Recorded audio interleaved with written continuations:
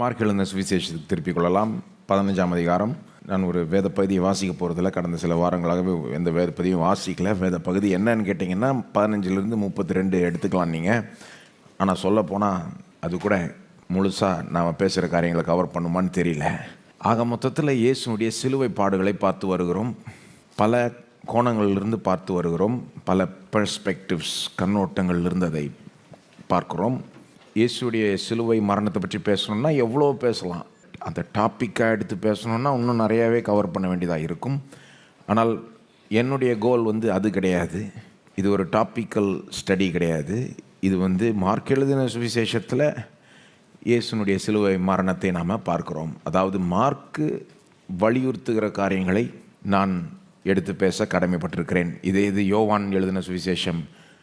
அதிலிருந்து நம்ம சிலுவை மரணத்தை பார்த்தோம் என்றால் கொஞ்சம் வித்தியாசமாக இருக்கும். அது கொஞ்சம் வேறு சில காரியங்களும் வலியுறுத்தப்படும். அங்கே பவுலில் பார்த்தீங்கன்னா அது இன்னுமே ரொம்பவே வித்தியாசமாக இருக்கும். ஆகவே இங்கே மார்க்கில் வலியுறுத்தப்படுகிற சில காரியங்களை நாம் பார்த்து வருகிறோம். கடைசியாக நாம் என்ன பார்த்தோம்னா, எப்படி சிலுவையை ராஜ்யத்தின் வெளிச்சத்தில் புரிஞ்சுக்கணும். ராஜ்யத்தின் வெளிச்சத்தில் புரிஞ்சுக்கிட்டா என்ன தெரியுது, இயேசுனுடைய நோக்கம் என்ன, ஏன் சிலுவையில் அவர் மரித்தார், ராஜ்யத்தை கொண்டு வரும்படி. ராஜ்யத்தை கொண்டு வரும்படி. ராஜ்யத்தை கொண்டு வர்றதுன்னா என்ன? ராஜ்யத்தை கொண்டு வர்றதுன்னா ராஜ்யம்னாலே என்னன்றது நான் உங்களுக்கு போன தடவை சொன்னேன். தேவனுடைய ராஜ்யம்னா என்னது? பூமியை தம்முடைய ஜனங்கள் மூலமாய் தேவன் ஆளுவது. அதுதான் தேவனுடைய ராஜ்யம். தேவனுடைய ராஜ்யம் சமீபமாயிடுச்சுன்னு சொல்கிறாரு இயேசு. அவர் என்ன சொல்கிறாரு? பூமியை தம்முடைய ஜனங்கள் மூலமாய் ஆளுகிற காலம் வந்து விட்டது. அதான் அர்த்தம். போன தடவை உங்களுக்கு நான் விவரமாக காண்பித்தேன். தேவனுடைய ஒரிஜினல் பிளானே என்னது? மனுஷனை தம்முடைய சாயலின் ரூபத்தில் உண்டாக்கி ஆளக்கடவர்கள் என்று சொல்லி கீழ்ப்படுத்தி ஆளுங்கள்னு சொல்கிறப்போ என்னத்தை வெளிப்படுத்துகிறார்? அவர் தான் ராஜாதி ராஜா. அவரை போல வேறு சில ராஜாக்களை உண்டாக்கி அவர்கள் மூலமாய் பூமியை ஆளணும். பாவத்தினால பிசாசினால அந்த பிளான் கெட்டு போகிற மாதிரி தெரிஞ்சுது. ஆனால் கிடையாது. தேவன் அதுக்கும் பிளான் போட்டு வச்சுட்டாரு. இயேசு அதுக்குன்னே கல்வாரி சிலுவையில் மரித்து உயிரோடு எழும்பி அதன் மூலமாக ராஜ்யத்தை கொண்டு வருகிறார். அதாவது அந்த ஒரிஜினல் பிளானை திரும்ப அமலுக்கு கொண்டு வருகிறார். திரும்ப அதை நிறைவேற்றுகிறார். பூமியை தேவனுடைய ஜனங்கள் மூலமாய் தேவன் ஆளணும். அல்லது இப்படி சொல்லலாம், பூமியை குட்டி ராஜாக்கள் மூலமாய் பெரிய ராஜா ஆளணும். அவர் நம்ம ஆள நாம் பூமியை ஆளுவோம். அவர் நம்மளை எந்த அளவுக்கு ஆள்றாரோ நாம் அந்த அளவுக்கு பூமியை ஆளுவோம். ஆக மொத்தத்தில் சிலுவையினுடைய அந்த மேலான நோக்கம் அப்போது வெறும் நம்முடைய பாவத்தை மன்னித்து நம்மளை பரலோகம் கொண்டு போய் சேர்க்கிறது மட்டுமல்ல, அதுவே நமக்கு போதுமானதாக இருந்திருக்கும். ஆனால் தேவனுக்கு என்ன விருப்பம்னா, நம்மளை ஒரு ராஜாவை போல் ஆக்கணும். நம்மளை ஒரு ராஜாவை போல் ஆக்கி நம்மளை அவர் ஆளணும், நாம் எல்லாத்தையும் மற்றதை ஆளணும். நம்ம மூலமாக அவர் ஆளணும். அதுதான் அவருடைய விருப்பம். அப்போ நம்மளை ராஜாவை போல் ஆக்கணும் அப்படின்றத சொல்லி தான் நான் போன தடவை முடித்தேன். ஆனால் ராஜாவை போல் ஆக்கணும்னு அந்த வார்த்தையை சொன்ன உடனே அதை தப்பாக புரிஞ்சுக்கிறதுக்கு வாய்ப்பு உண்டு. நம்மளை ராஜாவை போல் ஆக்க விரும்புகிறாருன்னா ஒரு உலக பிரகாரமாக நீங்கள் யோசித்தீங்கன்னா அது முழுக்க தப்பாக போயிடும். நம்மளை ராஜாவை போல் ஆக்க விரும்புகிறாருன்னா என்ன மனசுக்கு என்ன வருது? உலகத்தை பார்த்தீங்கன்னா உலகத்தில் இருக்கிற ராஜாக்கள், பெரிய பெரிய ஆட்கள், அவங்கள போல் ஆக்க விரும்புகிறாரோ அப்படின்னு நினச்சி போனாமே. அவங்கள்ட்ட என்னத்தை பார்க்குறோம்? பவர், பணம், பதவி, பேர், புகழ், அரண்மனை, சிங்காசனம். அப்போது ராஜான்னு சொன்னாலே நம்ம வாழ்கிற உலகத்தில் இப்படி தானே இருக்குது. ஒரு ராஜாக்குன்னா இது ஒரு ராஜான்னா இந்த மாதிரி காரியங்கள்லாம் அவங்களுக்கு இருக்கணும். அதுதான் ராஜா. இதுதான் பெரிய ஆள். பவர் உள்ளவங்க, பணம் உள்ளவங்க, பதவி உள்ளவங்க, பேர், புகழ், ஒரு அரண்மனை, ஒரு பெரிய ஒரு சிங்காசனம், அது ஒரு மகிமை, இதுதான் ராஜா. ஆனால் அது வெறும் அப்படி புரிஞ்சுக்கிட்டா அது தப்பாயிடும். ஏன்னா ராஜாவை போல் ஆக்கணுன்றதை எப்படி யாரை வச்சு புரிஞ்சுக்கணும்? இயேசுவை வச்சு தான் புரிஞ்சுக்கணும். இயேசு ராஜாவை போல் ஆக்கணும். ராஜானா யாருங்க? உலகத்தை பார்த்து கற்றுக்காதீங்க. பெரிய ஆள்னா யார்? உலகத்தை பார்த்து புரிஞ்சிக்காதீங்க. இயேசுவை பார்த்து தான் நீங்கள் புரிஞ்சுக்கணும். சொல்லப்போனால் மனுஷன்னா யாருன்னு இயேசுவை பார்த்தா நீங்கள் புரிஞ்சுக்கணும். கடவுள்னா யாருன்னு இயேசுவை பார்த்தா நீங்கள் புரிஞ்சுக்கணும். ஒரு பெரிய ஆள்னா, பெரிய மனுஷன்னா யாருன்னு இயேசுவை பார்த்து தான் புரிஞ்சுக்கணும். எல்லாமே இயேசுவை பார்த்து தான் புரிஞ்சுக்கணும். அன்புனா என்னன்றதையும் இயேசுவை பார்த்து தான் புரிஞ்சுக்கணும். தாழ்மைனா என்னன்றதையும் இயேசுவை தான் பார்த்தா புரிஞ்சுக்கணும். ஆக மொத்தத்தில் ஜீசஸ் டிஃபைன்ஸ் ரியாலிட்டி.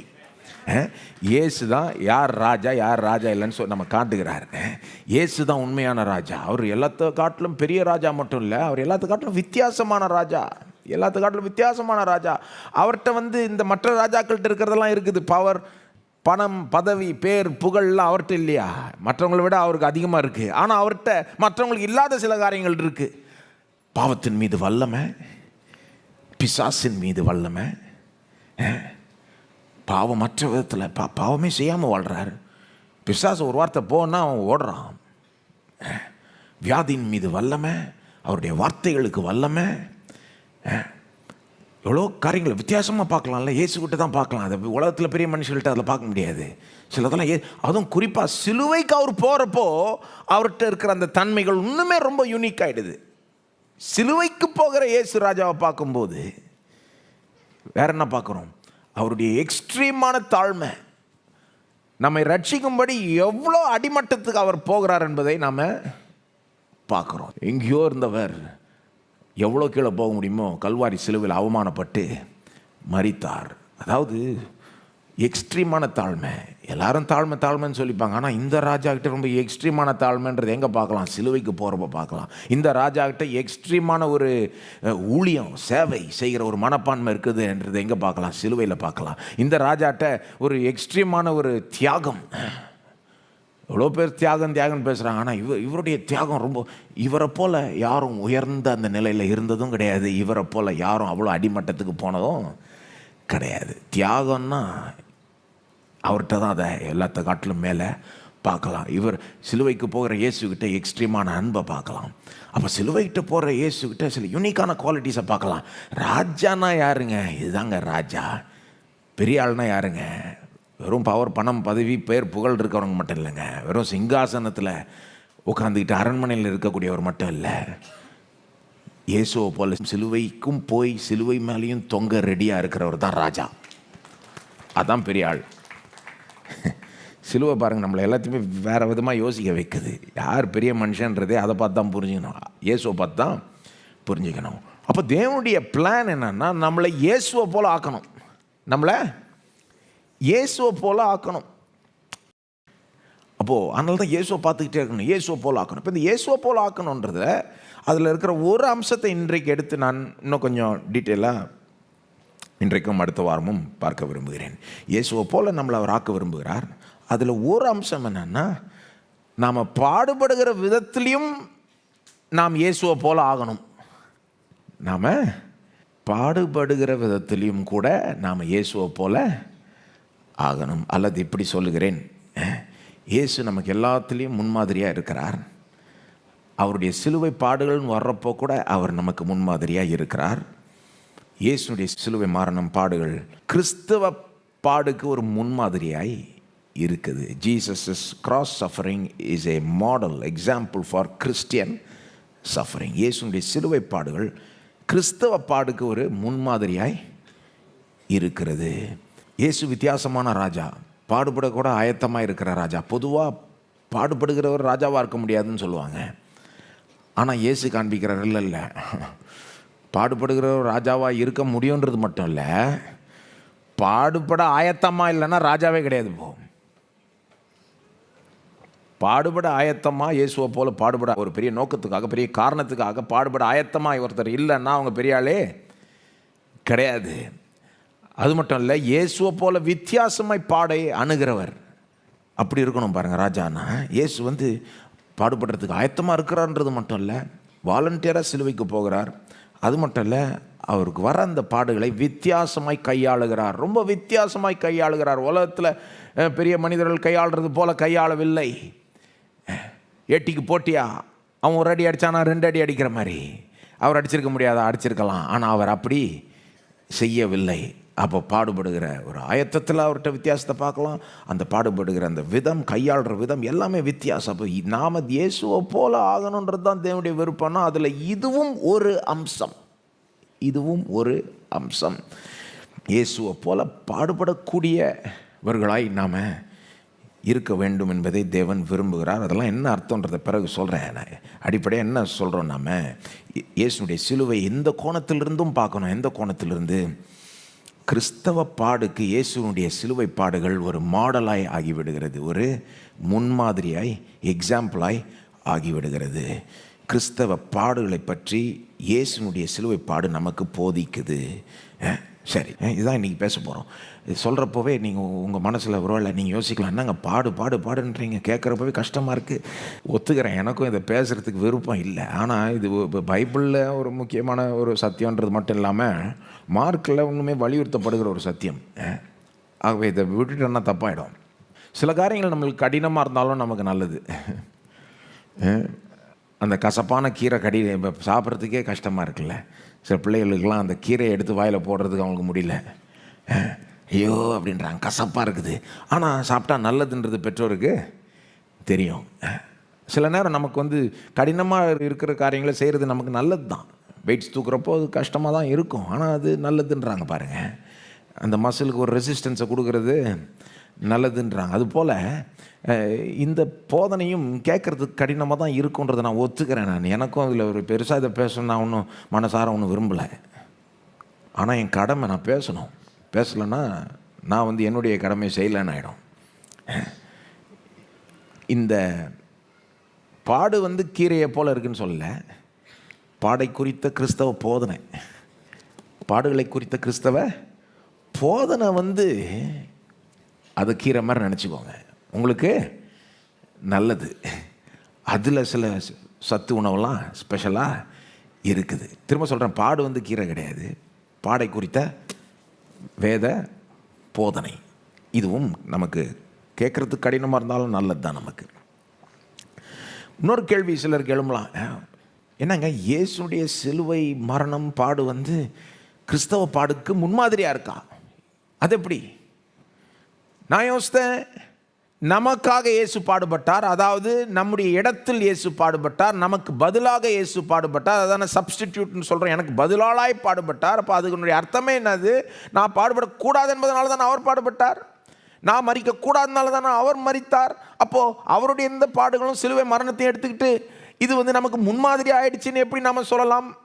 அவர் நம்முடைய சப்ஸ்டிடியூட்டாக இருந்தால் எப்படி? அவள் சிலுவை மரணம் நமக்கு சப்ஸ்டிடியூட்டாக அவர் மறிச்சார்னா அந்த மரணத்தை எடுத்துக்கிட்டு எப்படி நாம் அது நமக்கு பாடுபடுவதற்கு முன்மாதிரியாக இருக்குன்னு சொல்லலாம் அப்படின்ற கேள்வியை உங்கள் மனசில் எழும்பலாம். ஏன்னா நம்ம மனசில் எப்படி இருக்குன்னா, நமக்கு பதிலாய் பாடுபட்டார்னா அப்போ நாம் பாடுபடக்கூடாது, நான் பாடுபடக்கூடாதுன்றதுனால தான் அவர் பாடுபட்டார். அப்போ அவர் பாடுபட்ட அந்த பாடம் எடுத்துக்கிட்டு இப்போ நாம் பாடுபடுவதற்கு அது முன்மாதிரின்னு எப்படி சொல்ல முடியும்? பாயிண்ட்டே நம்ம பாடுபடக்கூடாது என்பதனால தான் அவர் பாடுபட்டார். கேட்குறதுக்கு அது நல்லா தான் இருக்குது அந்த ஆர்கியூமெண்ட்டு.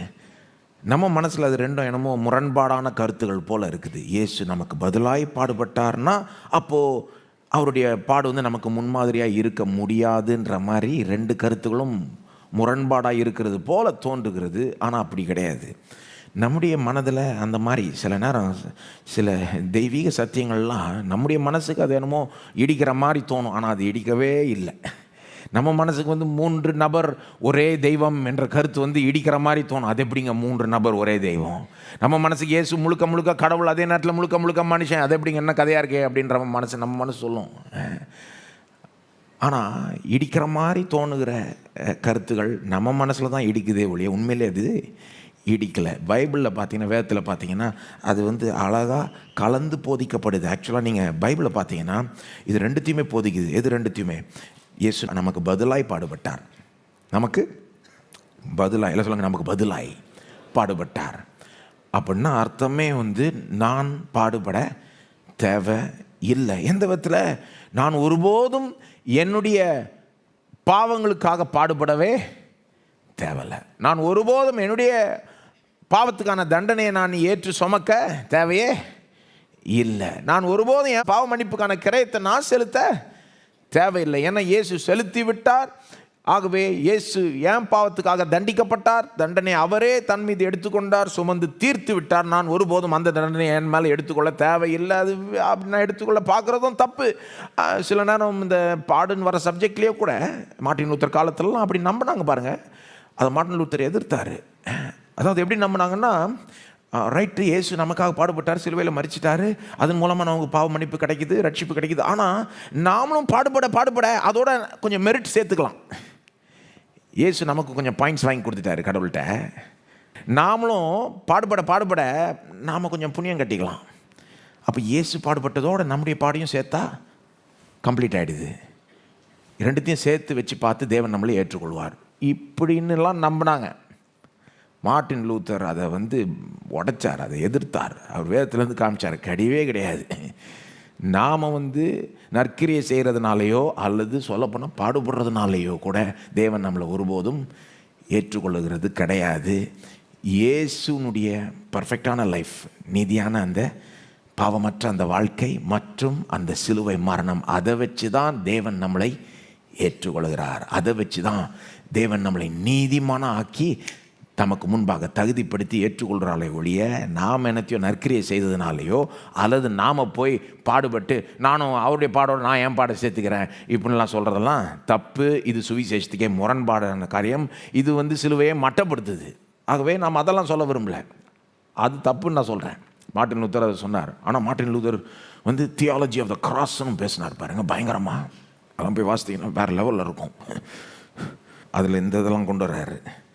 அப்போது இயேசு நமக்கு பதிலாய் பாடுபட்டார். ஆனால் அதே நேரத்தில் இயேசு நமக்கு பதிலாய் பாடுபட்டார். ஆகவே நான் பாடுபட தேவையில்லை. எந்த விதத்தில் நான் என் பாவ மன்னிப்புக்கான கிரையத்தை நான் செலுத்தவே தேவையில்லை. தேவ கோபாக்கினை ஒரு நாளும் நான் அனுபவிக்க தேவையில்லை. தேவ கோபாக்கினை இயேசுவின் மீது சிலுவையில் ஊற்றப்பட்டது, என் மேலே நான் எடுத்துக்கவே தேவையில்லை. கிருபாதார பலியாய் தேவன் அவரை ஏற்படுத்தி விட்டார். பாவத்தை போக்கிவிட்டார், தேவ கோபத்தை போக்கிவிட்டார். ஒருபோதும் நான் இயேசு கதறினது போல நான் கதற தேவையில்லை. என் தேவனே ஏன் என்னை கைவிட்டீர்னு கதறினார் பாருங்க இயேசு. அந்த மாதிரி நான் ஒருபோதும் கதறவே தேவையில்லை. நீங்கள் ஆனால் தான் பாருங்கள், ரத்த சாட்சிகள் மரிக்கிறப்போ ரொம்ப வித்தியாசமாக மரித்தாங்க. ஸ்தேபான் எடுத்துக்கோங்க. அவர் மரிக்கிறப்போ என் தேவனே ஏன் என்னை கைவிட்டீர்னு சொல்லிட்டா மரித்தார் கிடையாது. எப்படி மரித்தார்? வானங்கள் அவருக்கு முன்பாக திறக்கப்பட்டது.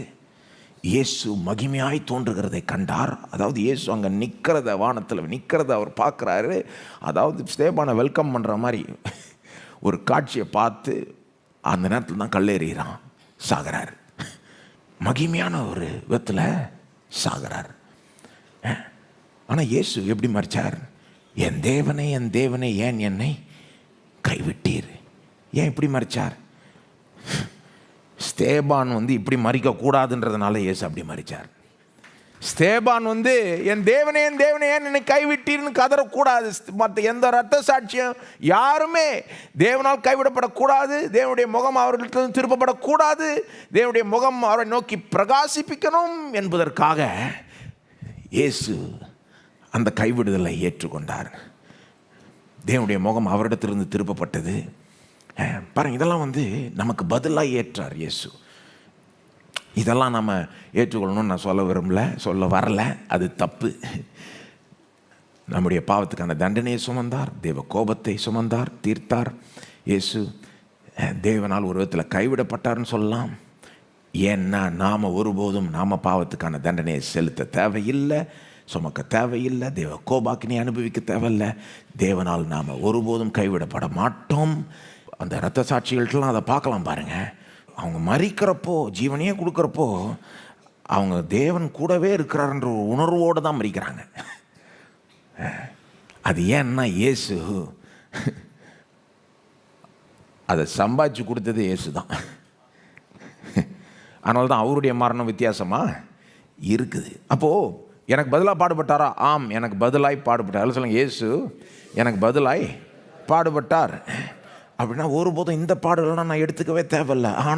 ஆனால் அந்த ஆனாலும் நான் சொல்லாமல் இருக்க முடியாது இல்லையா? ஆனால் வேதத்தை கரெக்டாக பார்த்தீங்கன்னா என்ன சொல்லுதுன்னா, இந்த விழுந்து போன இந்த மெஸ்டப் உலகத்தில், புரோக்கன் உடைந்து போன இந்த உலகத்தில் நாம் வாழ்கிற வரைக்கும் இயேசுவை நாம் உண்மையாய் பின்பற்ற இயேசுவையும் அவரை பின்பற்றுவர்களையும் பிடிக்காத சில சக்திகள் உண்டு இல்லையா?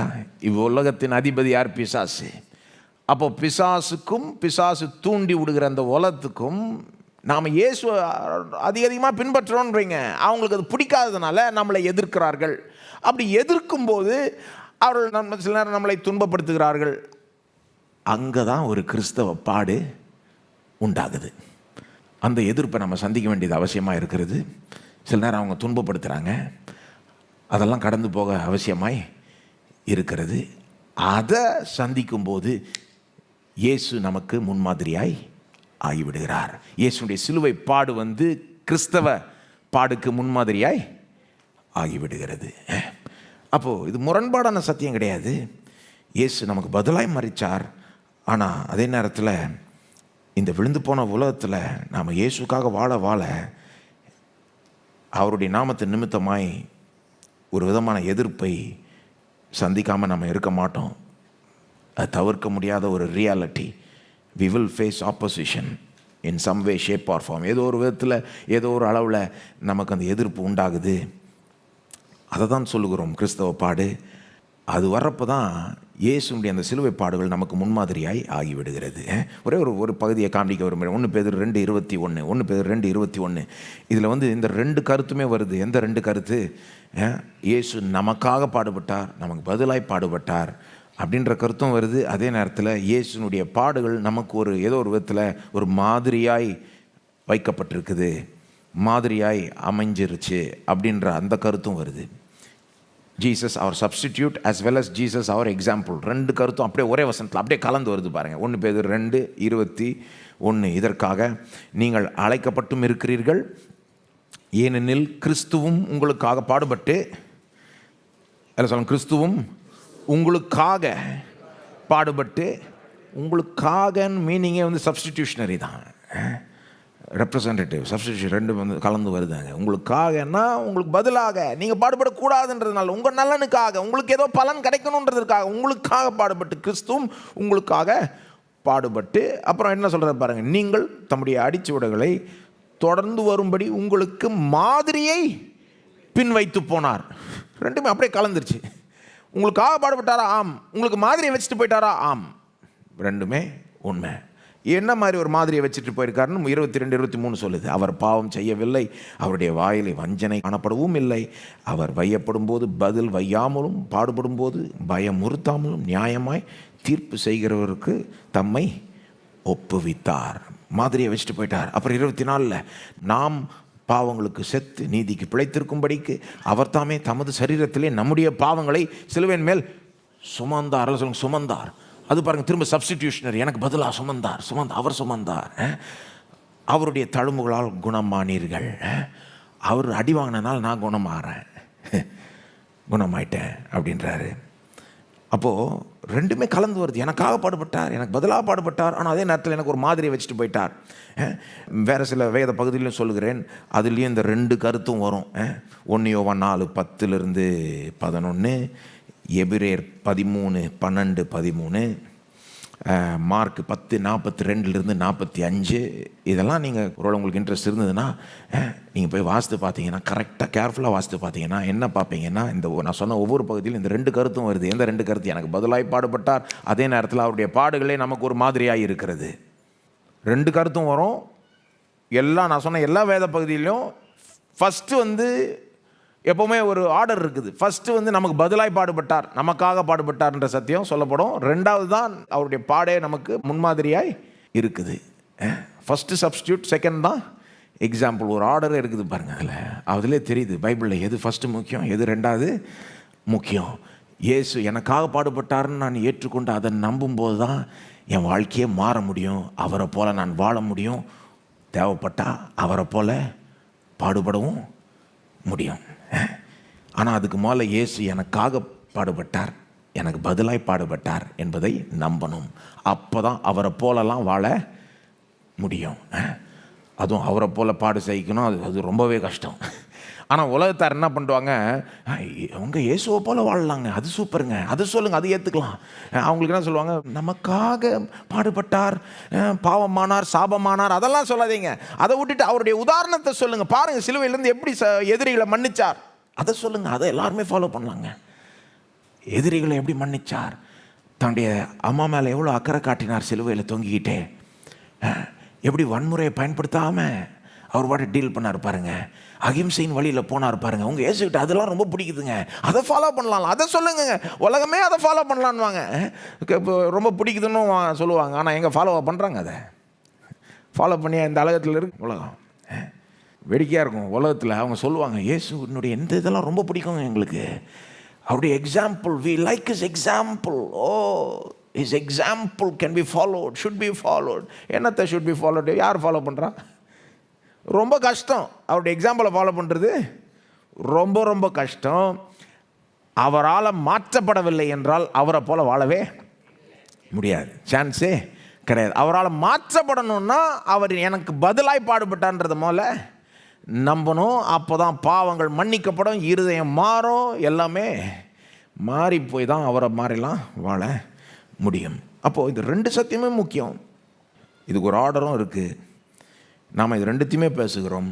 உதாரணத்துக்கு ஏற்கனவே நான் நமக்கு பதிலாய் பாடுபட்டார்ன்றதை ஒரு விதத்தில் வலியுறுத்தி இருக்கிறேன். நம்முடைய அவமானத்தை அவர் தன் மீது எடுத்துக்கொண்டார். ஏன் சொன்னேன் இல்லையா, அவருடைய மகிமையில் நாம் பங்கேற்கும்படி. அது சப்ஸ்டிடியூட் தான். எனக்கு வர வேண்டிய அவமானத்தை அவர் எடுத்துக்கிட்டார். அவருக்கு வர்ற அந்த மகிமையில் எனக்கு ஒரு பங்கை தருகிறார். நாம் தொடர்ந்து இயேசுனுடைய அந்த சப்ஸ்டிடியூஷனரி அந்த ஆஸ்பெக்டையும் பார்ப்போம்.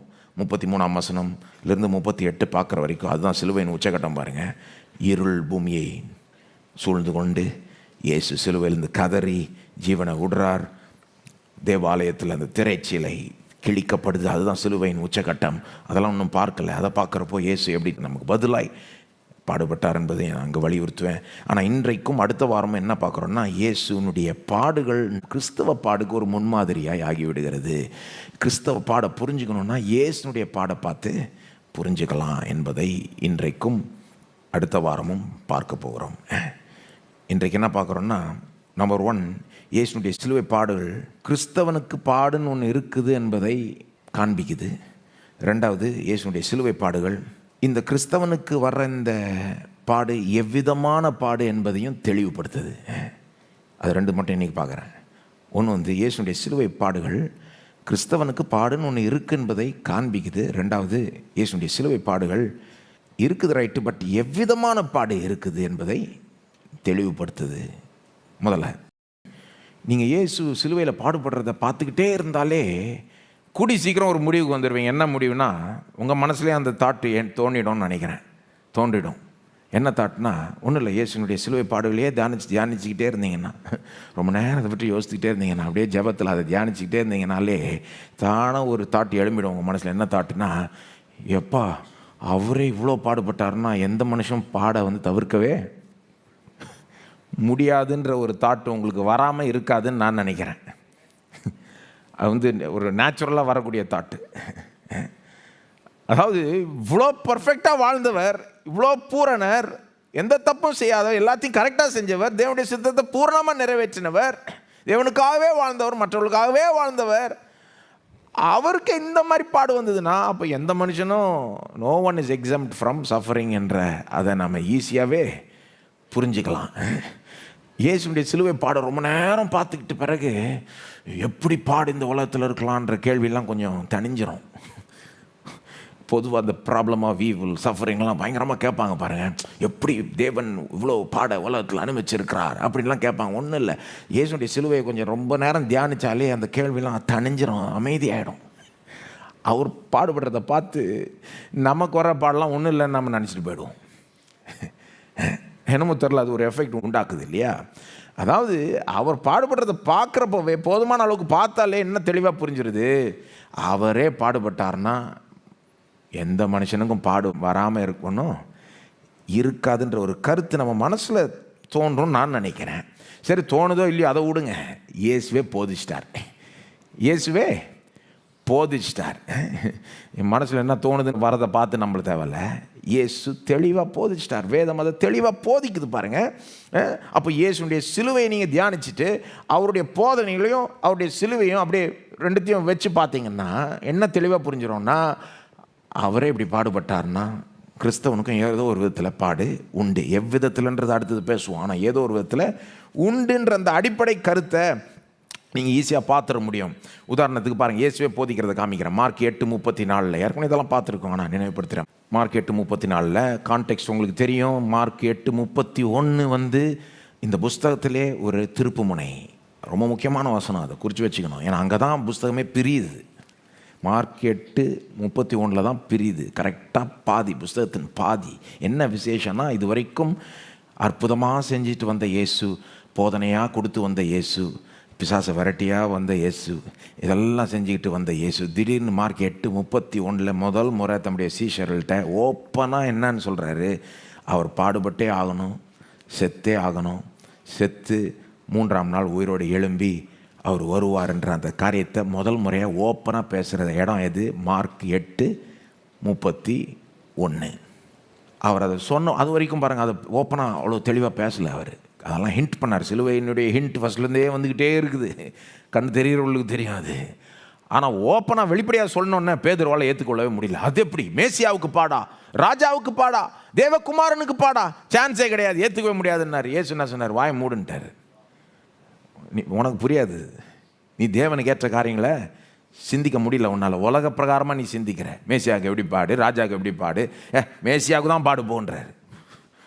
இப்போ நீ தலைகளை சிந்திக்கிற, உன் சிந்தனை தப்பு, இது உலக பிரகாரமான சிந்தனை அப்படின்ட்டு பேதுருவை அதட்டிட்டு அப்படியே விடாமல் ஒரு சீனே கிரியேட் பண்ணுறாருங்க. 34ஆம் வசனத்தில் எல்லாரையும் வர சொல்லி, மார்க் 8:34 அவர் ஜனங்களை தம்முடைய சீஷர்களை தம்மிடத்தில் அழைத்து எல்லாரையும் வாங்க வாங்கன்னு சொல்லி இதை வச்சு ஒரு லெசன் எடுக்கிறார். என்ன சொல்கிறார்? ஒருவன் என் பின்னே வர விரும்பினால் அவன் தன்னைத்தான் வெறுத்து தன் சிலுவையை எடுத்துக்கொண்டு என்னை பின்பற்றுகிறான். என்ன சொல்கிறாருன்னா, பேதுருவுக்கு இயேசு சிலுவைக்கு போகணுன்றதே ஜீரணிக்க முடியல. இயேசு எப்படி சிலுவைக்கு போகலாம்? இப்படி அற்புதம் செஞ்சவர், தண்ணீர் மேல் நடந்தவர், காற்றையும் கடலையும் அதட்டினவர், உயிரோட மரித்தோரை எத்தனையோ பேர் உயிரோட எழுப்பினவர், எத்தனையோ பிசாசை ஒரு வார்த்தை சொல்லி விரட்டினவர். இவ்வளோ பெரிய ராஜா எப்படி சிலுவைக்கு போகலான்றதை பேதுரு ஜீரணிக்கவே முடியல. இயேசு சொல்கிறாரு, இதையே ஜீரணிக்க முடியலன்னா அப்புறம் இதை எப்படி ஜீரணிக்க போகிறேன்? சிலுவை எனக்கு மட்டும் இல்லை, உனக்கும் இருக்குன்றார். சிலுவை எனக்கு மட்டும் இல்லை, ஏதோ ஒரு விதத்தில் உனக்கும் ஒரு சிலுவை இருக்குது, அது தெரியுமா உனக்கு? இன்னும் ஷாக் பண்ணுறாரு. வேணுன்னே பாருங்கள், அது பேதுருக்கு மட்டும் இல்லை. எப்படி சொல்கிறாரு? ஒருவன் என் பின்னே வர விரும்பினால், யார் என் பின்னால் வர விரும்பினாலும் கேட்டுக்கோங்கன்றாரு. கவுண்ட் த காஸ்ட். சும்மா நடந்துக்கிட்டு வராதிங்க என் பின்னால், யோசித்துக்கோங்க. There is a cost to following me. என்னை பின்பற்றுறதுல சில நேரம் சில காரியங்களை விட்டு கொடுக்க வேண்டியதாக இருக்கலாம். ஒருவன் என் பின்னே வர விரும்பினால் அவன் தன்னைத்தான் வெறுத்து தன் சிலுவை எடுத்துக்கொண்டு என்னை பின்பற்ற கடவன். இந்த தன் சிலுவை எடுத்துக்கொண்டுன்றதை கிறிஸ்தவர்கள் இந்த காலக்கெல்லாம் ரொம்ப மட்டப்படுத்திடுவாங்க. அதாவது எப்படி பேசுவாங்கன்னா, அதாவது இல்லைங்க, இப்போ காலைல ஒரு வழி வந்துருச்சுங்க, இது எனக்கு ஒரு சிலுவை மாதிரி ஆயிடுச்சிங்க. இப்போது பிள்ளை வந்து கொஞ்சம் தவறான பாதையில் போயிடுச்சிங்க, இது எனக்கு ஒரு சிலுவை மாதிரி ஆயிடுச்சிங்க. அந்த எக்கானமி ரிசெஷனில் எனக்கும் வேலை போயிடுச்சிங்க, எனக்கு ஒரு சிலுவை மாதிரி, இது என்னுடைய சிலுவையை. ஏங்க 2000 வருஷம் முன்னால் இயேசு இந்த வார்த்தைகளை சொல்கிறப்போ, தன் சிலுவையை சுமந்து கொண்டு என்னை பின்பற்ற கடவன் சொல்கிறப்போ எல்லாருக்கும் புரிஞ்சுது அதனுடைய அர்த்தம். 2000 வருஷம் முன்னால் ஒருத்தர் சிலுவை எடுத்துக்கொண்டு நடக்கிறாங்கனாலே என்ன தெரியுமா அர்த்தம்? சாக போகிறாங்கன்னு அர்த்தம். வேற ரொம்ப தெளிவாக எல்லாருக்கும் புரிஞ்சுது அது. இயேசு என்ன சொல்கிறாருன்னா, பேதுருவே எல்லாருமே கேட்டுக்கோங்க, நான் எருசலேமுக்கு போகிறேன், நான் சாக போகிறேன், ஏன் சிலுவையில் போய் சாக போகிறேன், என்னை பின்பற்ற விரும்புகிறவர்கள் சாக ரெடியாவாங்கன்றார். அப்படின்னா என்ன அர்த்தம்னா, எதையும் விட்டு கொடுக்க, எனக்காக விட்டு கொடுக்க ஆயத்தமாக வர்றீங்கன்னா என்னை ஃபாலோ பண்ணுங்க. ஏன்னா நான் அப்படி தான் போகிறேன், எருசலேமை நோக்கி சாகிறதுக்கு போகிறேன். என்னை பின்பற்றணுன்னா, உண்மையிலே பின்பற்றணுன்னா என்னை போல் நீங்களும் வரத்துக்கு ரெடியாக இருக்கணும். அதாவது எனக்காக சாக ரெடியாக இருக்கணும், எதை வேணால் விட்டு கொடுக்க ரெடியாக இருக்கணும். அதுதான் சொல்கிறாரு. அதை வந்து நம்ம இன்றைக்கி வந்து நம்ம வசதிக்கு லேஸ்படுத்திக்கிறோம். 35ஆம் வசனத்தில் அது தெளிவுபடுத்துகிறார். அதுக்கு காரணமும் கொடுக்குறார். ஒருவேளை ஐயோ இது ரொம்ப கடினமாக இருக்குதே, யார் இவரை பின்பற்றுவா, இப்படி இவரை பின்பற்றுறதுன்னா சிலுவையை எடுத்துக்கிட்டு சாக ரெடியாக போகணுன்னா, எதையும் விட்டு கொடுக்க ரெடியாக இருக்கணும்னா, அப்போ எதுக்கு இவரை பின்பற்றணும்னு நினைக்கிறாங்கன்னா அவங்களுக்கும் இதை சொல்லிடுறாரு பாருங்க. 35, தன் ஜீவனை ரட்சிக்க விரும்புகிறவன் அதை இழந்து போவான், என் நிமித்தமாகவும் சுவிசேஷத்தின் நிமித்தமாகவும் தன் ஜீவனை இழந்து போகிறவன் அதை ரட்சித்து கொள்ளுவான். உண்மை இப்படி சொல்கிறப்போ சிலர் யோசிப்பாங்க, ஐயோ எதுக்கு இந்த வம்பு, இயேசுவை பின்பற்றவே வேணாம், இந்த இயேசுவே வேணாம் நமக்கு, இவருக்கு பின்னால் போனால் சாக ரெடியாக போகணும், எதையும் விட்டு கொடுக்க ரெடியாக போகணுன்னா இந்த வாழ்க்கை தேவைதானா நமக்கு அப்படின்னு நினைக்கிறவர்களை பார்த்து சொல்கிறாரு, ஜாக்கிரதை. கேட்குறதுக்கு இது கஷ்டமாக இருக்கிறதுனால இந்த இயேசு வேண்டாம், பின்பற்றுறதே ஒர்த்து கிடையாதுன்னு நினச்சிட்டேன்னா பின்பற்றாமல் போனால் இதை விட மோசமாக போய் முடியும். அதுதான் சொல்கிறாரு, தன் ஜீவனை ரட்சிக்க விரும்புகிறவன் அதை இழந்து போவான். யார் தன்னுடைய உயிரை காப்பாற்றிக்க பார்க்குறானோ அவன் தான் இழந்துருவான். ஆக்சுவலாக இயேசுக்கு பின்னால் போகிறான், உயிரே போனால் கூட பரவாயில்ல போ அப்படின்னு போகிறவன் தான் உயிரை காப்பாற்றிப்பான். அதான் சொல்கிறாரு. இது கொஞ்சம் அட்வான்ஸான போதனை இல்லையா? பேரடாக்ஸ். இது ஒரு பேரடாக்ஸ். கேட்குறது தலையில் இருக்குது, எதிர்பார்க்கறத விட தலையில் இருக்குது. யார் அதிகமாக உயிரை காப்பாற்றிக்க பார்ப்பாங்களோ அவங்க தான் இழந்துருவாங்களாம். இது யார் இயேசுக்கு பின்னால் போனால் பரவாயில்ல, உயிரே போனாலும் பரவாயில்லன்னு போகிறவன் தான் அந்த உயிரை ஆக்சுவலாக காப்பாற்றிப்பானா. அப்போ பாருங்க, என்ன சொல்கிறார், ஆனால் என்னை பின்பற்றி வரணுன்னா சாக ரெடியாக இருக்கும்படி வா, எதையும் எனக்காக விட்டு கொடுக்க ரெடியாக இருக்கிற மாதிரி வா, இல்லைன்னா சும்மாலாம் வராத. அப்போது அவர் என்ன சொல்கிறார், எனக்கு மட்டும் இல்லை சிலுவை, உனக்கும் ஏதோ ஒரு சிலுவை இருக்குது. யோவான் 15:18-20 பாருங்கள். யோவான் 15:18-20. உலகம் உங்களை பகைத்தால் அது உங்களை பகைக்கிறதுக்கு முன்னே என்னை பகைத்ததென்று அறியுங்கள். நீங்கள் உலகத்தாராய் இருந்தால் உலகம் தன்னுடையதை சிநேகித்திருக்கும். நீங்கள் உலகத்தாராய் இராதபடினால் நான் உங்களை உலகத்திலிருந்து தெரிந்து கொண்டபடினாலும் உலகம் உங்களை பகைக்கிறது. 20. ஊழியக்காரன் தன் எஜமானிலும் பெரியவன் அல்லவென்று நான் உங்களுக்கு சொன்ன வார்த்தையை நினைத்து கொள்ளுங்கள். அவர்கள் என்னை துன்பப்படுத்தினது உண்டானால் உங்களையும் துன்பப்படுத்துவார்கள். என்னையே துன்பப்படுத்தினாங்கன்னா உன்னை துன்பப்படுத்துவாங்கன்றாரு. அவர்கள் என் வசனத்தை கை கொண்டது உண்டானால் உங்கள் வசனத்தையும். அப்போது இயேசு என்ன சொல்கிறார், எனக்கு எப்படியோ உனக்கும் அப்படி தான். எனக்கு எப்படி சிலர் என் வசனத்தை கேட்டாங்க கை கொண்டாங்களோ அப்படி தான் உனக்கும் சிலர் கேட்பாங்க கை கொள்வாங்க. ஆனால் எல்லாரும் செய்ய மாட்டாங்க. சிலர் ஒன்றா துன்பப்படுத்துவாங்க. என்ன துன்பப்படுத்தின மாதிரி உன்னையும் துன்பப்படுத்துவாங்க. அல்லது மத்தேயு 10:24 பாருங்கள். மத்தேயு 10:24. சீஷன் தன் போதகனிலும் வேலைக்காரன் தன் எஜமானிலும் மேற்பட்டவன் அல்ல. சீஷன் தன் போதனை போலவும் வேலைக்காரன் தன் எஜமானை போலவும் இருப்பது போதும். என்ன சொல்கிறாரு, நீ என்ன மாதிரி இருந்தால் போதுன்றார். நீ என்ன மாதிரி ப்ராக்டிக்கலாக பேசுகிறார் பாருங்க. சீஷன் போதகரை விட மேலே இருக்க முடியாது. வேலைக்காரன் எஜமான காட்டிலும் மேற்பட்டவனாக இருக்க முடியாது. பாயிண்ட் என்னன்னா, வீட்டு எஜமானையே பெல்செபூல் என்று சொன்னார்களானால் அவன் வீட்டாரை அப்படி சொல்லுவது அதிக நிச்சயம் அல்லவா? இயேசுவையே பெல்செபூல்ன்றானுங்க. பெல்செபூல்னா பிசாசுன்னு சொல்கிற மாதிரி. இயேசு என்ன சொல்கிறாருன்னா, என்னையே அவன் பிசாசுன்ட்டானா. உங்களுக்கு தெரியுமா, இயேசுவை பார்த்து அப்படி சொல்லிட்டானுங்க இந்த யூத மத தலைவர்கள். இயேசு பிசாசை விரட்டுறதை பார்த்து என்ன சொல்லிட்டாங்க, பிசாசுன்னு ஆவியை வச்சுக்கிட்டு தான் பிசாசை விரட்டுறாருன்ட்டான். தேவதூஷணம் சொல்லிட்டான் பாருங்க. இயேசுக்கிட்ட பிசாசு இருக்கிற மாதிரி அப்படி பேசிட்டான். ஒரு மாதிரி ரொம்ப மோசமாக பேசிட்டான் பாருங்க. சும்மா ஒரு முறை பேசுனதில்லை, பல முறை அந்த மாதிரி பேசிட்டாங்க. இயேசு என்ன சொல்கிறாரு, என்னையே அவ்வளோ கீழ்த்தனமாக அந்த அளவுக்கு மோசமாக அவன் பேசுவானால், என்னையே பிசாசுன்னு அவன் சொல்லுவான்னா, அப்போ உங்களை அந்த மாதிரி சொல்கிறது எவ்வளோ அதிக நிச்சயம். எனக்கே எப்படின்னா உங்களுக்கும் அப்படி தான் அப்படின்னு சொல்லுகிறார். இந்த மாதிரி பல இடத்துல அவர் சொல்கிறார். மீதி புதிய ஏற்பாட்டில் இந்த கருத்து கன்ஃபார்ம் ஆகுது பாருங்கள். அதாவது இயேசுவை பின்பற்றுகிறவர்களுக்கு, விசுவாசிகளுக்கு, உண்மையான கிறிஸ்தவர்களுக்கு ஏதோ ஒரு விதமான ஒரு பாடு உண்டு. அது என்ன விதமான பாடுன்றதை சொல்லலாம், நம்ம பிறகு பேசுவோம் அதை பற்றி. பட் ஏதோ ஒரு விதமான பாடு உண்டுன்ற மாதிரி புதிய ஏற்பாடு போதிக்குது பாருங்கள். 2 தீமோத்தேயு 3:12. அன்றியும் கிறிஸ்து இயேசுக்குள் தேவ பக்தியாய் நடக்க மனதாய் இருக்கிற யாவரும் துன்பப்படுவார்கள். பவுல் சொல்லுகிறார் 2 தீமோத்தேயு 3:12. கிறிஸ்து இயேசுக்குள் தேவ பக்தியாய் நடக்க மனதாய் இருக்கிற யாவரும், எல்லாம் சொல்லுங்க, யாவரும். வெறும் அப்போஸ்தலர்களுக்கு மட்டும் இல்லை, வெறும் பவுலுக்கு மட்டும் இல்லை, வெறும் மிஷனரிமார்களுக்கு மட்டும் இல்லை, கிறிஸ்து இயேசுக்குள் தேவபக்தியாய் நடக்க மனதாய் இருக்கிற யாவரும் துன்பப்படுவார்கள். ஏதோ ஒரு விதத்தில் துன்பப்படுவார்கள், ஏதோ ஒரு அளவுக்கு துன்பப்படுவார்கள். அப்போஸ்தலர் 14:22 இதே மாதிரி கருத்தை பார்க்கலாம். பட் நான் இன்னொரு வசனம் வாசிக்கிறேன். 1 பேதுரு 4:12 வாசிக்கிறேன். இங்கே பேதுரு சொல்கிறாரு, ஒருவேளை உங்களுக்கு உபத்திரம் வந்தால் ஆச்சரியப்படுறதுக்கு ஒன்றுமே இல்லை அப்படின்றாரு. கிறிஸ்தவர்களுக்கு உபத்திரம் வந்தால் ஆச்சரியப்படுறதுக்கு ஒன்றுமே இல்லை. 1 பேதுரு 4:12. பிரியமானவர்களே, உங்களை சோதிக்கும்படி உங்கள் நடுவில் பற்றி எறிகிற அக்கினியை குறித்து ஏதோ புதுமை என்று திகையாமல், நம்ம புதுசாக நடந்துருச்சு என்ன ஆச்சரியப்படாதீங்கன்றார். 1 பேதுரு 2:21 பாருங்கள். 1 பேதுரு 2:21. இதற்காக நீங்கள் அழைக்கப்பட்டும் இருக்கிறீர்கள். எதற்காக அழைக்கப்பட்டும் இருக்கிறீர்கள்? அதுக்கு முந்தின வசனத்தை வாசித்தா புரிஞ்சிடணும். நீங்கள் குற்றம் செய்து அடிக்கப்படும் போது பொறுமையோடு சகித்தால் அதனால் என்ன கீர்த்தி உண்டு? நீங்கள் நன்மை செய்து பாடுபடும் போது பொறுமையோடு சகித்தால் அதுவே தேவனுக்கு முன்பாய் பிரீதியாய் இருக்கும். தப்பு செஞ்சு அடி வாங்கிட்டு இருக்கப்போ நான் பொறுமையாக சகிக்கிறேன்னு சொன்னால் என்ன பிரயோஜனன்றாரு. நீ தப்பு செஞ்சதுனால தானே அடி வாங்குற. அப்போது வெறும் நீ தப்பு செஞ்சு அடி வாங்குறப்போ பொறுமையாக இருந்தால் பத்தாது. என்ன சொல்கிறார் அடுத்தது? நீங்கள் நன்மை செய்து பாடுபடும்போது பொறுமையோடே சகித்தால் அதுவே தேவனுக்கு முன்பாக பிரீதியாக இருக்கும். நீங்கள் நன்மை செஞ்சு அப்படியும் பாடு வரும்போது நீங்கள் அதை பொறுமையாக சகிக்கிறீங்கன்னா அது தேவனுக்கு முன்பாக ஒரு பிரியமான ஒரு காரியம், தேவனுக்கு முன்பாக ஒரு உகந்ததாய் இருக்குது. இதற்காக நீங்கள் அழைக்கப்பட்டும் இருக்கிறீர்கள்னு என்ன அர்த்தம்? எப்படிப்பட்ட வாழ்க்கைக்கு நாம் அழைக்கப்பட்டிருக்கிறோம்? நன்மை செய்கிற ஒரு வாழ்க்கை. நம்மளை பாவத்தை மன்னித்து கழுவி சுத்தமாக்குனது மட்டும் இல்லை, நம்மளை மாற்றி நன்மை செய்கிறவர்களாக தேவன் மாற்றுகிறார். அதாவது இயேசுவை போல மாற்றிக்கிட்டு வருகிறார்.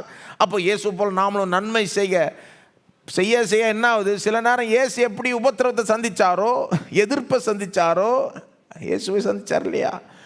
அந்த யூத மத தலைவர்களுக்கு அவரை பிடிக்கல, அவனுங்க எதிர்த்தானுங்க. பிறகு ரோமர்களும் எதிர்த்தானுங்க.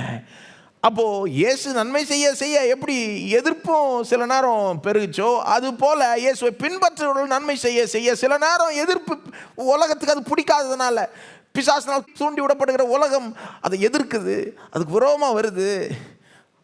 அந்த எதிர்ப்பு வரும்போது நீங்கள் பொறுமையாக சகிக்கிறப்போ அது தேவனுக்கு பிரியமான காரியம். இப்படிப்பட்ட வாழ்க்கைக்கு நாம் அழைக்கப்பட்டிருக்கிறோமா? என்ன எப்படிப்பட்ட வாழ்க்கை? நன்மை செய்கிற ஒரு வாழ்க்கை.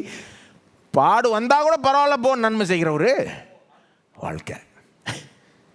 எதிர்ப்பு வந்தால் கூட பரவாயில்ல போ, நன்மை செய்கிற ஒரு வாழ்க்கைக்கு நாம் அழைக்கப்பட்டிருக்கிறோம். சொல்லலாம், அழைக்கப்பட்டிருக்கிறோம், அழைக்கப்பட்டிருக்கிறோம்.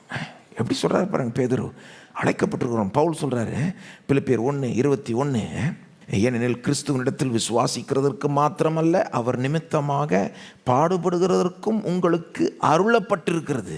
பேதுரு சொல்கிறார், நீங்கள் இப்படிப்பட்ட வாழ்க்கைக்கு அழைக்கப்பட்டிருக்கிறீங்க. பவுல் என்ன சொல்கிறாரு? உங்களுக்கு அருளப்பட்டிருக்குதான். எல்லாம் சொல்லுங்கள், அருளப்பட்டிருக்கிறது. என்ன அருளப்பட்டிருக்கிறது?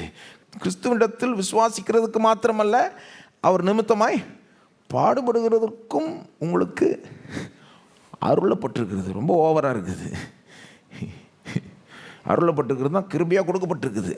It has been grant. இது ஒரு ஸ்லாக்கியன்றாரு. கிறிஸ்துவ நிமித்தமாக பாடுபடுறது உனக்கு ஸ்லாக்கியமாக கொடுக்கப்பட்டிருக்கு. பாருங்க, புதிய ஏற்பாட்டினுடைய இந்த இது எப்படின்னா, பேதுரு சொல்கிறார் இப்படிப்பட்ட வாழ்க்கைக்கு நாம் அழைக்கப்பட்டிருக்கோம். பவுல் சொல்கிறார் இது உங்களுக்கு அருளப்பட்டிருக்கிறது. இயேசு சிலுவையில் பாடுபட்டார்னா நாமும் ஏதோ ஒரு விதத்தில் பாடுபடும்படி அழைக்கப்பட்டிருக்கிறோம். ஆனால் அது எவ்விதமான பாடு, எவ்விதமான பாடு, அதை பார்ப்போம். ரெண்டாவது, எவ்விதமான பாடு. எவ்விதமான பாடு இல்லைன்றதை தெளிவுபடுத்திடுறேன். எவ்விதமான பாடு இல்லைன்றதை தெளிவுபடுத்திடுறேன். ஏன்னா இங்கே தான் நிறைய பேர் தப்பாக போயிடுவாங்க. எல்லா பாடையும் எடுத்துக்கிட்டு இது பாருங்கள் கிறிஸ்தவ பாடு அப்படின்வாங்க. ஆனால் அப்படி தப்பு. அது பாருங்கள், எவ்விதமான பாடு இல்லைன்றது மூலம் சொல்லிடுறேன். நம்முடைய தப்புனால் வர எந்த பாடும் இதில் வராது.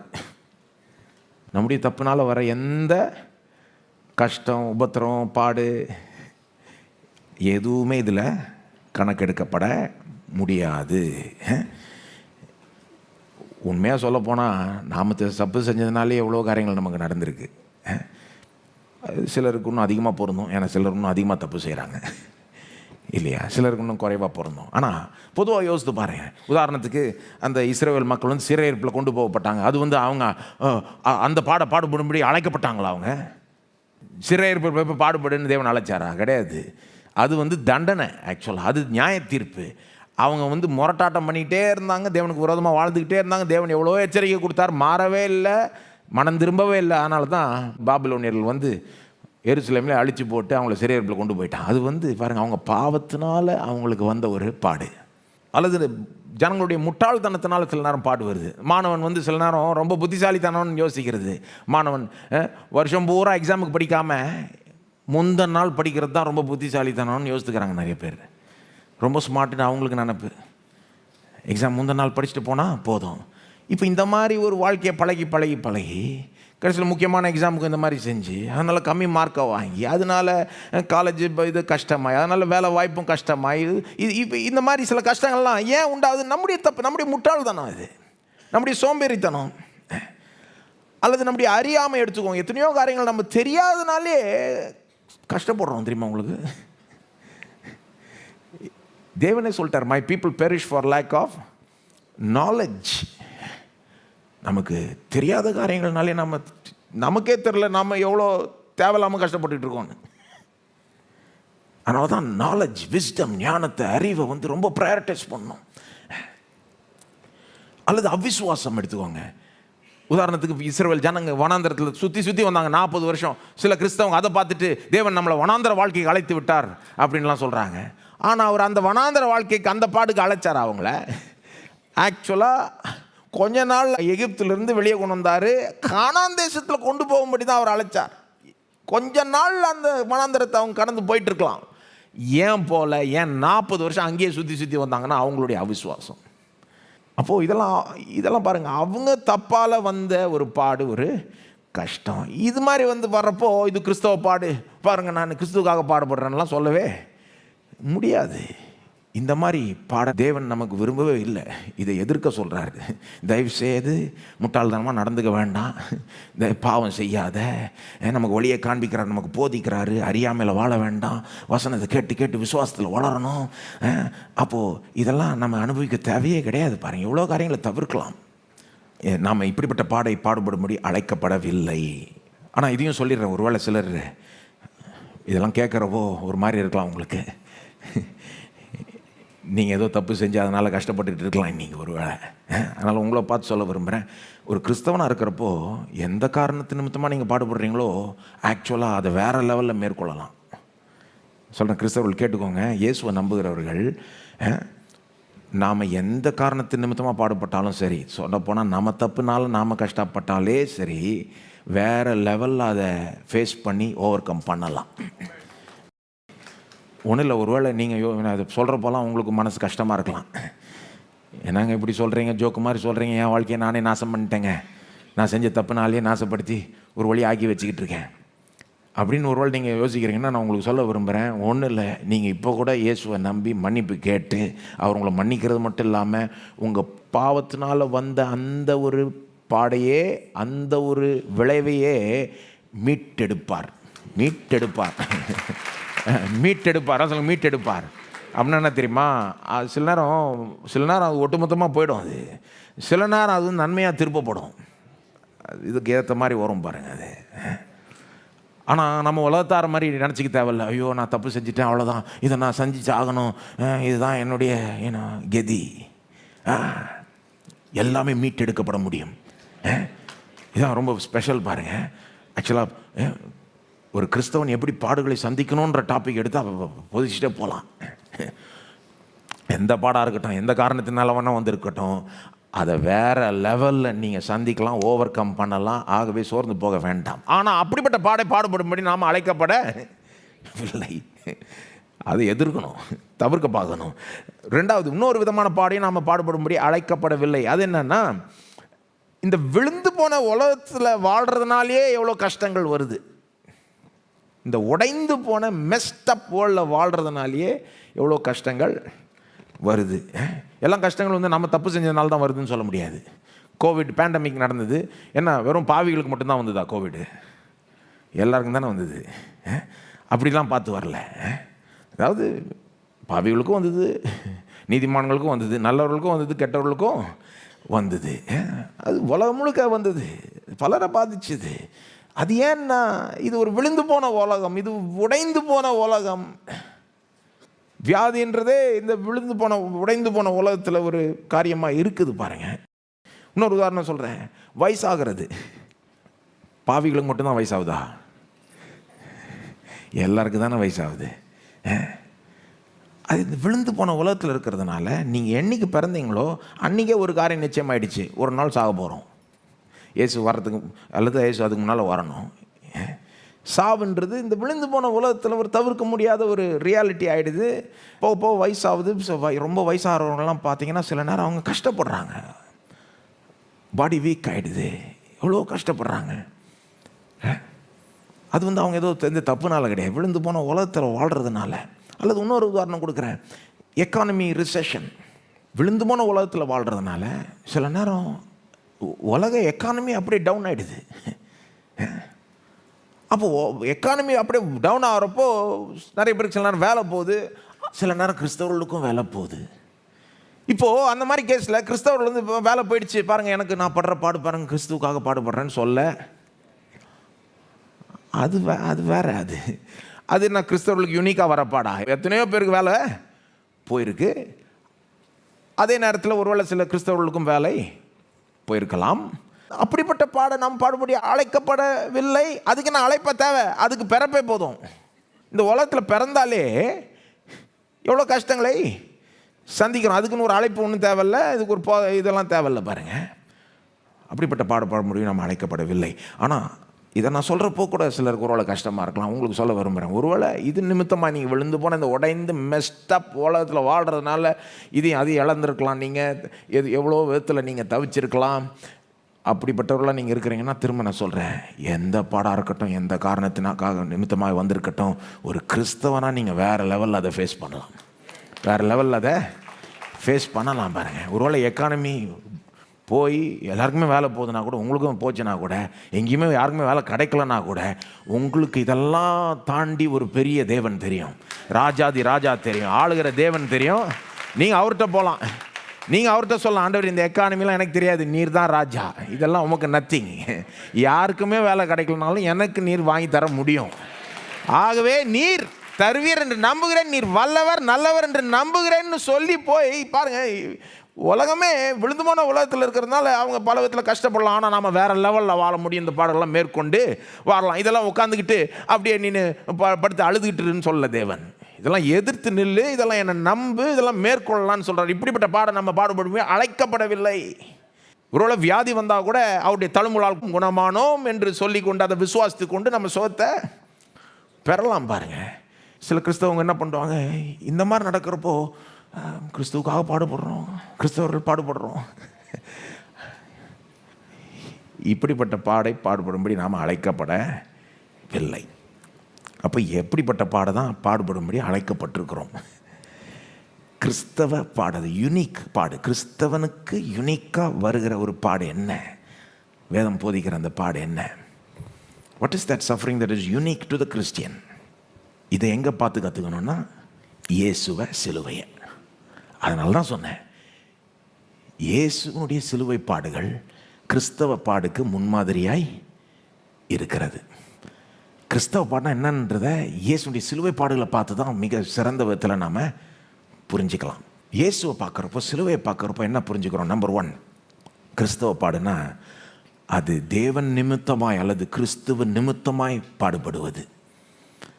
இயேசுவை பாருங்கள், அவர் தேவனுக்கு கீழ்ப்படியாமல் போனதுனால பாடுபடலை, தேவனுக்கு கீழ்ப்படிஞ்சதுனாலே சிலுவைக்கு போனார். யோசித்து பாருங்க, ஆதாம் தேவனுக்கு கீழ்ப்படியாமல் போய், தேவனை கனப்படுத்தாமல் போய், சாபத்தை அவன் தலையில் வாங்கி கட்டிக்கிட்டான். இயேசு கம்ப்ளீட்டாக வேற மாதிரி பாதை. இயேசு ஒவ்வொரு நாளும் தேவனை கீழ்ப்படிஞ்சார், ஒவ்வொரு நாளும் தேவனை கனப்படுத்தினார். ஆனால் அந்த பாதை எங்கே எதன் வழியாக போகுது? சிலுவையின் வழியாக போகுது. என்னுடைய சித்தம் அல்ல, உடைய சித்தமே கடவுள்னு சொன்னதுனாலே சிலுவையில் போனார். அதே முடிய சித்தம் அல்ல, என்னுடைய சித்தமே ஆகட்டும்னு சொல்லியிருந்தாருன்னா சிலுவையை அவாய்ட் பண்ணியிருக்கலாம். இல்லை ஆண்டவரே, என்ன ஆனாலும் உம்முடைய சித்தத்தை தான் நான் செய்வேன்னு சொன்னதுனாலே சிலுவைக்கு போனார். சிலுவை பாடு அவர் தேவனுக்காக முழுக்க முழுக்க வாழ்ந்ததுனாலேயே வந்தது. அவருக்கு வித்தியாசம் இது பாருங்க. தேவனை கீழ்ப்படிஞ்சதுனால, தேவனுக்காகவே வாழ்ந்ததுனால சிலுவை அவருக்கு வந்தது பாருங்க. இப்படிப்பட்ட பாடம் நாம் சந்திக்கும்படி அழைக்கப்பட்டிருக்கிறோம். கிறிஸ்துவ நிமித்தமாய், எல்லாம் சொல்லும் கிறிஸ்துவ நிமித்தமாய். அதாவது கிறிஸ்துவ நாம் முதல் இடத்துல வைக்கிறதுனாலேயே, கிறிஸ்துக்காக முழுக்க முழுக்க வாழ்கிறதுனாலேயே சில நேரம் எதிர்ப்பு, பாடு, கஷ்டம் வரலாம். ஏன்னா உலகத்தில் இருக்கிற சில சக்திகள், பிசாசுடைய சக்திகள் நம்மை எதிர்க்க நேரிடலாம். அதான் மார்க் 8:35 சொன்னார் இயேசு, என் நிமித்தமாகவும் சுவிசேஷத்தின் நிமித்தமாகவும் தன் ஜீவனை இழந்து போகிறவன் அதை ரட்சித்து கொள்வான். இயேசு எப்படி தேவன் சொன்னதை செய்யணும், தேவன் என்ன சொல்கிறாரோ அதை செய்யணும், எங்கே போகணும்னு சொல்கிறாரோ அங்கே போகணும் அப்படின்னு போய் சிலுவையில் போய் தொங்கினார். அந்த பாதை தான் அவரை சிலுவைக்கு கொண்டு போச்சு பாருங்க. அதே போல் தான் எத்தனையோ பேர் இயேசுவை போல பாடுபட்டுருக்கிறாங்க. அந்த விதத்தில் மிஷினரிமார்கள் எடுத்துக்கோங்க, எங்கேயோ ஒரு ஊரில் இருந்தாங்க. அவங்களுக்கு தேவன் சொல்கிறாரு, நீ அங்கே போ, கடல் கடந்து எங்கேயோ ஒரு ஊருக்கு போ, இங்கே போய் என் சுவிசேஷத்தை சொல்லு. இவங்க வந்து இல்லை தேவனை கீழ்ப்படிய முடியாதுன்னு தான் அந்த ஊர்லேயே இருந்திருக்கலாம். ஆனால் அவங்க தேவனை கீழ்ப்படிஞ்சு கப்பல் ஏறி கடல் கடந்து வந்து, நம்ம நாட்டில் மட்டும் இல்லை எத்தனையோ நாடுகளில் அந்த நாட்கள்லாம் 200, 300, 400 ஆண்டுகள் முன்பாக வந்து பிரயாசப்பட்டு வாழ்ந்ததுனாலே அவங்க எவ்வளோ கஷ்டங்களை ஃபேஸ் பண்ணார்கள் தெரியுமா உங்களுக்கு? நாடு புதுசு, மொழி புதுசு, எவ்வளோ எதிர்ப்பு. சில நேரம் வீட்டில் இருந்தால் அதெல்லாம் அவாய்ட் பண்ணியிருக்கலாம். தேவனை கீழ்ப்படிஞ்சதுனாலே, தேவன் சொன்னதை செய்ததுனாலே அந்த பாதையிலே கஷ்டம் சிலது வருது. அப்படி தான் இயேசுவுக்கு வந்தது. அப்படிப்பட்ட கஷ்டத்தை நம்ம சந்திக்க ரெடியாக இருக்கணும். ரெடியாக இருக்கணும். தேவன் ஒரு இடத்துக்கு போக சொன்னார்னா அங்கே எந்த கஷ்டமும் வராதுன்னு ஒன்றும் அர்த்தம் கிடையாது. சிலர் அப்படி எடுத்து தப்பாக புரிஞ்சுப்பாங்க பாருங்கள். அவங்கள பொறுத்த வரைக்கும் தேவன் இடத்துக்கு போக சொன்னார்னா அங்கே எந்த கஷ்டமும் இருக்காது. அப்போ மிஷினரிகள்லாம் முட்டாள்களா? நாம் வந்து அவங்களோட விட ரொம்ப அறிவாளிகளா? என்ன என்ன என்ன யோசிக்கிறோம்? கிறிஸ்துவின் நிமித்தம், கிறிஸ்து சொன்னதை செய்யணுன்றதற்காக தான் மிஷினரிகள்லாம் போனாங்க பாருங்கள். அவங்கெல்லாம் வந்து செய்யாமல் இப்படிப்பட்ட ஒரு சபை, இந்த ஊரில் சபைகள், சென்னை பட்டணம் இன்றைக்கி இருக்கிற நிலையில் இருந்திருக்கவே முடியவே முடியாது. தமிழ்நாடு இந்த நிலையில் இருக்கவே முடியாது. மத்தேயு 5:11 பாருங்கள். கிறிஸ்துவின் நிமித்தம், கிறிஸ்துவை பின்பற்றுவதனாலேயே என் நிமித்தம் உங்களை நிந்தித்து. ஸோ சில நேரம் பாருங்கள், இந்த விதமான கிறிஸ்துவ நிமித்தமாக வரப்பாடு, சுவிசேஷத்தின் நிமித்தமாக வரப்பாடு, இது வந்து பல விதத்தில் வருது பாருங்கள். சில நேரம் சிலரை சாகடிச்சிருக்கிறாங்க. அதான் ரத்த சாட்சின்னு சொல்கிறோம்ல. கிறிஸ்தவ ரத்த சாட்சின்னு என்னது? கிறிஸ்துவை விட்டு கொடுக்காம செத்தவங்க, அதாவது கிறிஸ்துவை மறுதளிக்காமல். எத்தனையோ பேருக்கு அந்த மாதிரி ஒரு அல்டிமேட்டம் கொடுத்துட்டாங்க. ஒன்று கிறிஸ்துவ மறுதலி, இல்லைன்னா உன்னை சாகடிச்சிருவோம். சரித்திரம் முழுவதும் அந்த மாதிரி ஆயிருக்கு. கடந்த 2000 வருஷமாக ஸ்தேபானுடைய மரணத்திலிருந்து எடுத்துக்கிட்டிங்கன்னா எவ்வளோ பேர் ரத்த சாட்சிகளை மறிச்சிருக்கிறார்கள்.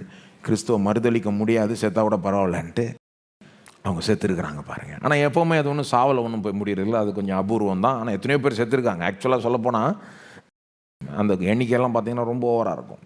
இந்த கடந்த நூற்றாண்டிலே ரொம்ப அதிக பேர் இரத்த சாட்சிகளாகவே இயேசுக்கென்று மரித்திருக்கிறார்கள். நாம் நினைப்பது உண்டு சில நேரம், ஆதி திருச்சபையில் தான் அந்த மாதிரிலாம் நடந்தது, நிறைய பேர் இரத்த சாட்சியாக மரித்தாங்கன்னு. ஆக்சுவலாக நீங்கள் கவுண்ட் எடுத்து பார்த்தீங்கன்னா கடந்த நூற்றாண்டு 20ஆம் நூற்றாண்டில் தான் அதிக இரத்த சாட்சிகள் இருந்திருக்கிறார்கள். அதாவது முதல் 19 நூற்றாண்டை விட, அதெல்லாம் சேர்த்து வச்சு பார்த்தீங்கன்னா கூட அதை விட அதிகமாக இருக்குது 20ஆம் நூற்றாண்டில் இரத்த சாட்சியினுடைய எண்ணிக்கை. ஏன்னா ஜனத்தொகை பெருகிடுச்சு, உபத்திரவமும் பரவிடுச்சு. ஸோ சில நேரம் சாகடிக்கிறாங்க கிறிஸ்துவ நிமித்தமாய். சிலர் ஜீவனையே விடுறாங்க, ஜீவனையே இழக்கிறாங்க. சில நேரம் அதான் மிஷினரிமார்கள் எல்லாரும் ஒன்றும் வந்து சாகலை. எத்தனையோ பேர் வெற்றிகரமாக ஊழியத்தை செஞ்சாங்க. ஆனால் எவ்வளோ எதிர்ப்பு சந்தித்தாங்க, எவ்வளோ கஷ்டத்தை சந்தித்தாங்க. மத்தேயு 5:11 இயேசு சொல்கிறார் பாருங்கள், என் நிமித்தம், எல்லாம் சொல்லுங்கள், என் நிமித்தம், அதாவது கிறிஸ்துவின் நிமித்தம் உங்களை நிந்தித்து துன்பப்படுத்தி பலவிதமான தீமையான மொழிகளையும் உங்கள் பேரில் பொய்யாய் சொல்வார்களானால் பாக்கியவான்களாய் இருப்பீர்கள். இங்கே பாருங்கள் என்னத்தை சொல்கிறாருன்னா, மெயினாக வந்து அந்த நிந்தனையை வலியுறுத்துறார். என் நிமித்தமாய் உங்களை வந்து நிந்திச்சாங்கன்னா, நிந்திக்கிறதுனா நான் கிண்டல் செய்கிறது, கேலி செய்வது, இன்சல்ட் பண்ணுவது. இயேசுவை கிண்டல் செஞ்சாங்கல்ல, கேலி செஞ்சாங்கல்ல, அவமானப்படுத்தினாங்கல்ல. இயேசு என்ன சொல்கிறாரு, என் நிமித்தமாக உங்களையும் அப்படி செய்ய நேரிடலாம். உங்களை அப்படி செஞ்சாங்கன்னா நீங்கள் பாக்கியவான்கள். உங்களை நிந்தித்து துன்பப்படுத்தி பலவிதமான தீமையான மொழிகளையும் உங்கள் பேரில் பொய்யாய் சொல்வார்களானால், பொய் புகார் உன்னை பற்றி பொய்யா சொல்லி அதை பரப்பி என் நிமித்தமாக அது நீ உனக்கு அது வருமானால் பாக்கியவான்களாக இருப்பீர்கள். இல்லை சொல்லுங்க, பாக்கியவான்களாக இருப்பீர்கள். எப்படி சொல்கிறாரு பாருங்க. நாம் அது நடக்கிறப்போ ஐயோ அப்படி நடந்துருச்சே அப்படின்னு நினைக்கிறோம். இயேசு சொல்கிறார், பாக்கியவான்களாய் இருப்பீர்கள். நீ எனக்காக வாழ்கிறதுனால, என்னுடைய ஊழியத்தை செய்கிறதுனால அப்படியே எல்லாம் உலகமே எந்திரிச்சு அப்படியே கைத்தட்டோன்னு கிடையாது. எனக்கு எப்படி இருந்ததோ அப்படி தான் இருக்கும். சிலர் கைத்தட்டுவாங்க, பாராட்டுவாங்க. சிலர் வந்து கேலி செய்வாங்க, நிந்திப்பாங்க, பரியாசம் பண்ணுவாங்க, இன்சல்ட் பண்ணுவாங்க.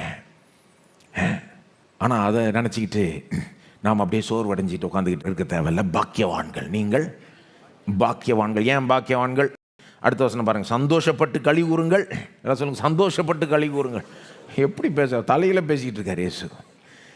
அப்படி நடந்தால் நம்ம ஒரு மாதிரி ஆகிடுவோம் பாருங்கள். எல்லாரும் வந்து நம்மளுக்கு ஆறுதல் சொல்லிட்டு இருப்பாங்க, நாங்கள் இப்படி சொல்லிட்டாங்களே. இயேசு சொல்கிறார், நீங்கள் பாக்கியவான்கள். அப்படி உங்களுக்கு நடந்ததுன்னா நீங்கள் பாக்கியவான்கள். சந்தோஷப்பட்டு களி கூறுங்கள், பரலோகத்தில் உங்கள் பலன். ஏன் சந்தோஷப்பட்டு களி கூறுங்கள்னு சொல்கிறார்? அவர் என்ன சேடிஸ்டா? துன்பத்தில் இன்பத்தை காணு அப்படின்னு சொல்கிறாரா? அதுதான் சேடிஸ்ட். துன்பத்தில் இன்பத்தை காண சொல்லுவாங்க, துன்பத்தையே ரசிப்பாங்க. அது கோளாறு, கிறுக்கு. சந்தோஷப்பட்டு களி கூறுங்கள். ஏன்? பரலோகத்தில் உங்கள் பலன் மிகுதியாக இருக்கும். அவன் எந்த அளவுக்கு பாடுபடுத்துகிறானோ, நிந்திக்கிறானோ, அந்த அளவுக்கு நான் அவன் பலன் அதிகரிச்சிடுறேன்றார்.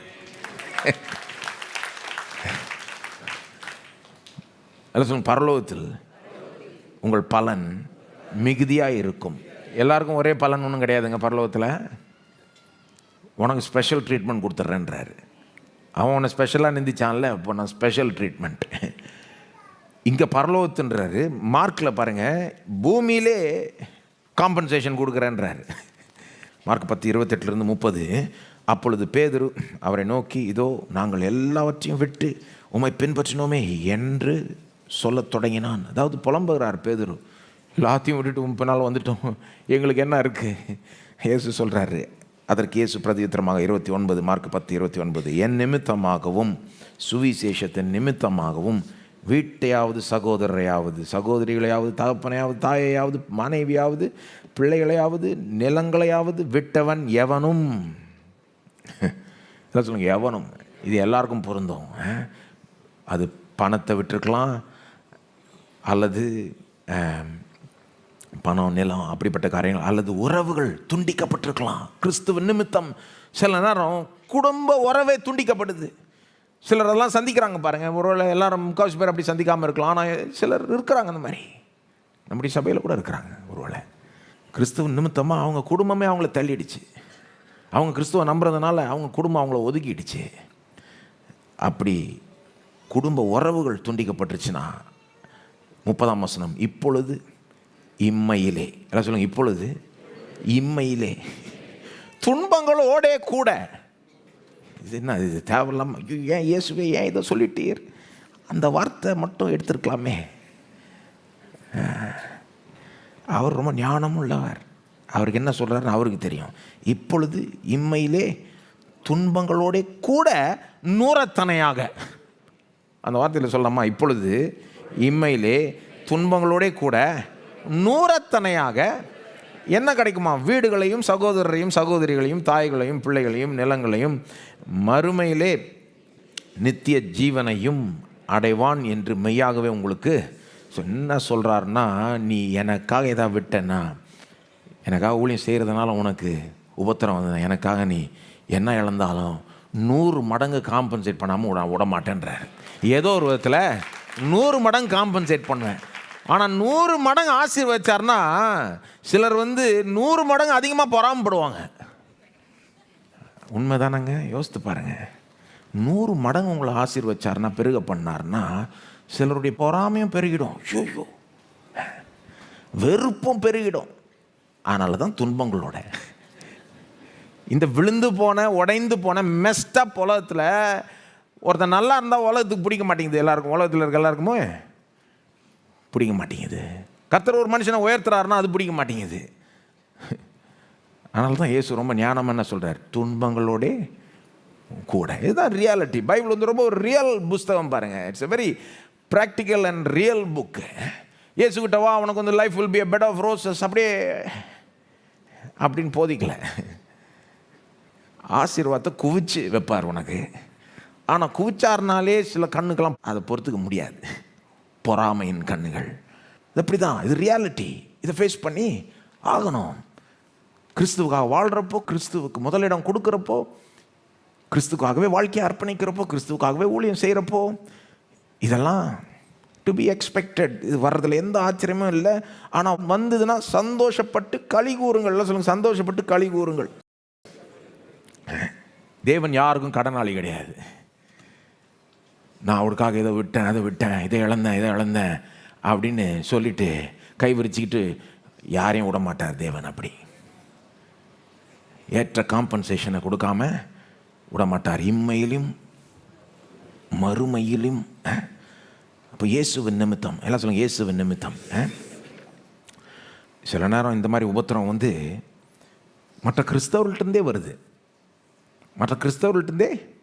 சில நேரம் வீட்டில் வரும், சில நேரம் வேலையில் வரலாம். இயேசுவை நீங்கள் ஃபாலோ பண்ணுறதுனாலே, இயேசுக்கிட்ட தூரமாக போனால் வராது. சில நேரம் இயேசுவை ஃபாலோ பண்ணுறதுனாலே, இயேசு சொன்னது செய்கிறதுனாலே மற்ற கிறிஸ்தவர்களே சில நேரம் உபத்திரப்படுத்துவாங்க. பாருங்கள், கிறிஸ்தவ வரலாற்றில் அந்த ஹிஸ்ட்ரியில் பார்த்தீங்கன்னா அது நிறைய தடவை இந்த மாதிரி நடந்திருக்கு. மார்ட்டின் லூத்தரை எதிர்த்தவங்க சபையார், அப்போஸ்தலரை எதிர்த்தவங்க உள்ளாள். வெளியாட்களை விட உள்ளாட்கள் தான் ரொம்ப சில நேரம் உபத்திரப்படுத்துவது உண்டு. அட்லீஸ்ட் முதல்ல அவங்க தான் தொடங்கி விடுவாங்க. அப்படி தான் எப்போவுமே நடந்திருக்கு. நீங்கள் சரித்திரத்தில் பார்த்தீங்கன்னா that's how it has bin. John Wesley பாருங்கள், ஜான் வெஸ்லி எவ்வளோ உலகத்தையே கலக்கின ஒரு பிரசங்கியார். எல்லா இடத்துக்கும் பயணித்து, ஹார்ஸில் குதிரையில் பயணித்து பிரசங்கம் பண்ணார் சுவிசேஷத்தை, இவாஞ்சலிஸ்ட். ஆனால் அவருக்கு இங்கிலாண்டில் எந்த சர்ச்சிலையும் நுழைய முடியாதுன்னு பேன் பண்ணிட்டாங்க அவரை. அவர் பிரசங்கம் பிடிக்காதனால அவருக்கு இந்த மாய்மாலத்தெல்லாம் சொல்லிடுவார் பாருங்க. இந்த செத்து போன இந்த மதத்தை, கிறிஸ்தவ மதத்தை, இங்கிலாந்து தேசமே கிறிஸ்தவ தேசம், எல்லா ஊர்லேயும் சபை இருக்குது, ஆனால் முக்கால்வாசி அப்படியே செத்து கிடக்குது. சும்மா என்னத்தையோ ட்ரெடிஷ்னலாக என்னத்தையோ பண்ணிகிட்டு இருக்காங்க. ஜான் வெஸ்லி தேவன் எழுப்புறார், நீ போய் பிரசங்கம் பண்ணுன்னு. அவர் போய் எல்லா இடத்தையும் சுவிசேஷத்தை பிரசங்கம் பண்ணி இந்த செத்து போனவரில் ரட்சிப்புகளாக நடத்திட்டு எல்லாத்தையும் கலக்கிட்டு வராரு. இவங்களுக்கு பிடிக்கல, என்ன பண்ணுறானுங்க, ஜான் வெஸ்லியை பேன் பண்ணிட்டாங்க. சர்ச் ஆஃப் இங்கிலாந்து பேன் பண்ணிடுச்சு, எந்த சபையிலும் பிரசங்கம் பண்ண முடியாது. அதனால் என்ன பண்ணார், வெளியே போனார், வயலில் போய் பிரசங்கம் பண்ணால் வயலில் பிரசங்கம் பண்ணுறதையும் நிறுத்த பார்க்குறான். என்ன சொல்கிறான், இது எங்கள் வயல். எங்கள் வயல்னா எங்கள் பேரிஷ், எங்கள் பேரிஷ்னா எங்கள் டிஸ்ட்ரிக்ட். எப்படி பண்ணிட்டாங்க, இங்கிலாந்தை பிரித்து இந்த டிஸ்ட்ரிக்ட்டுக்கு இந்த சபை, அந்த டிஸ்ட்ரிக்ட்டுக்கு அந்த சபை, இது எங்கள் ஏரியா சபை, அது உங்கள் ஏரியா சபை, நீ அங்கே இருந்துக்கோ, நான் இங்கே இருந்துப்பேன், நீ என்ன தாள், இப்படி ஜூரிஸ்டிக்ஷன் மாதிரி.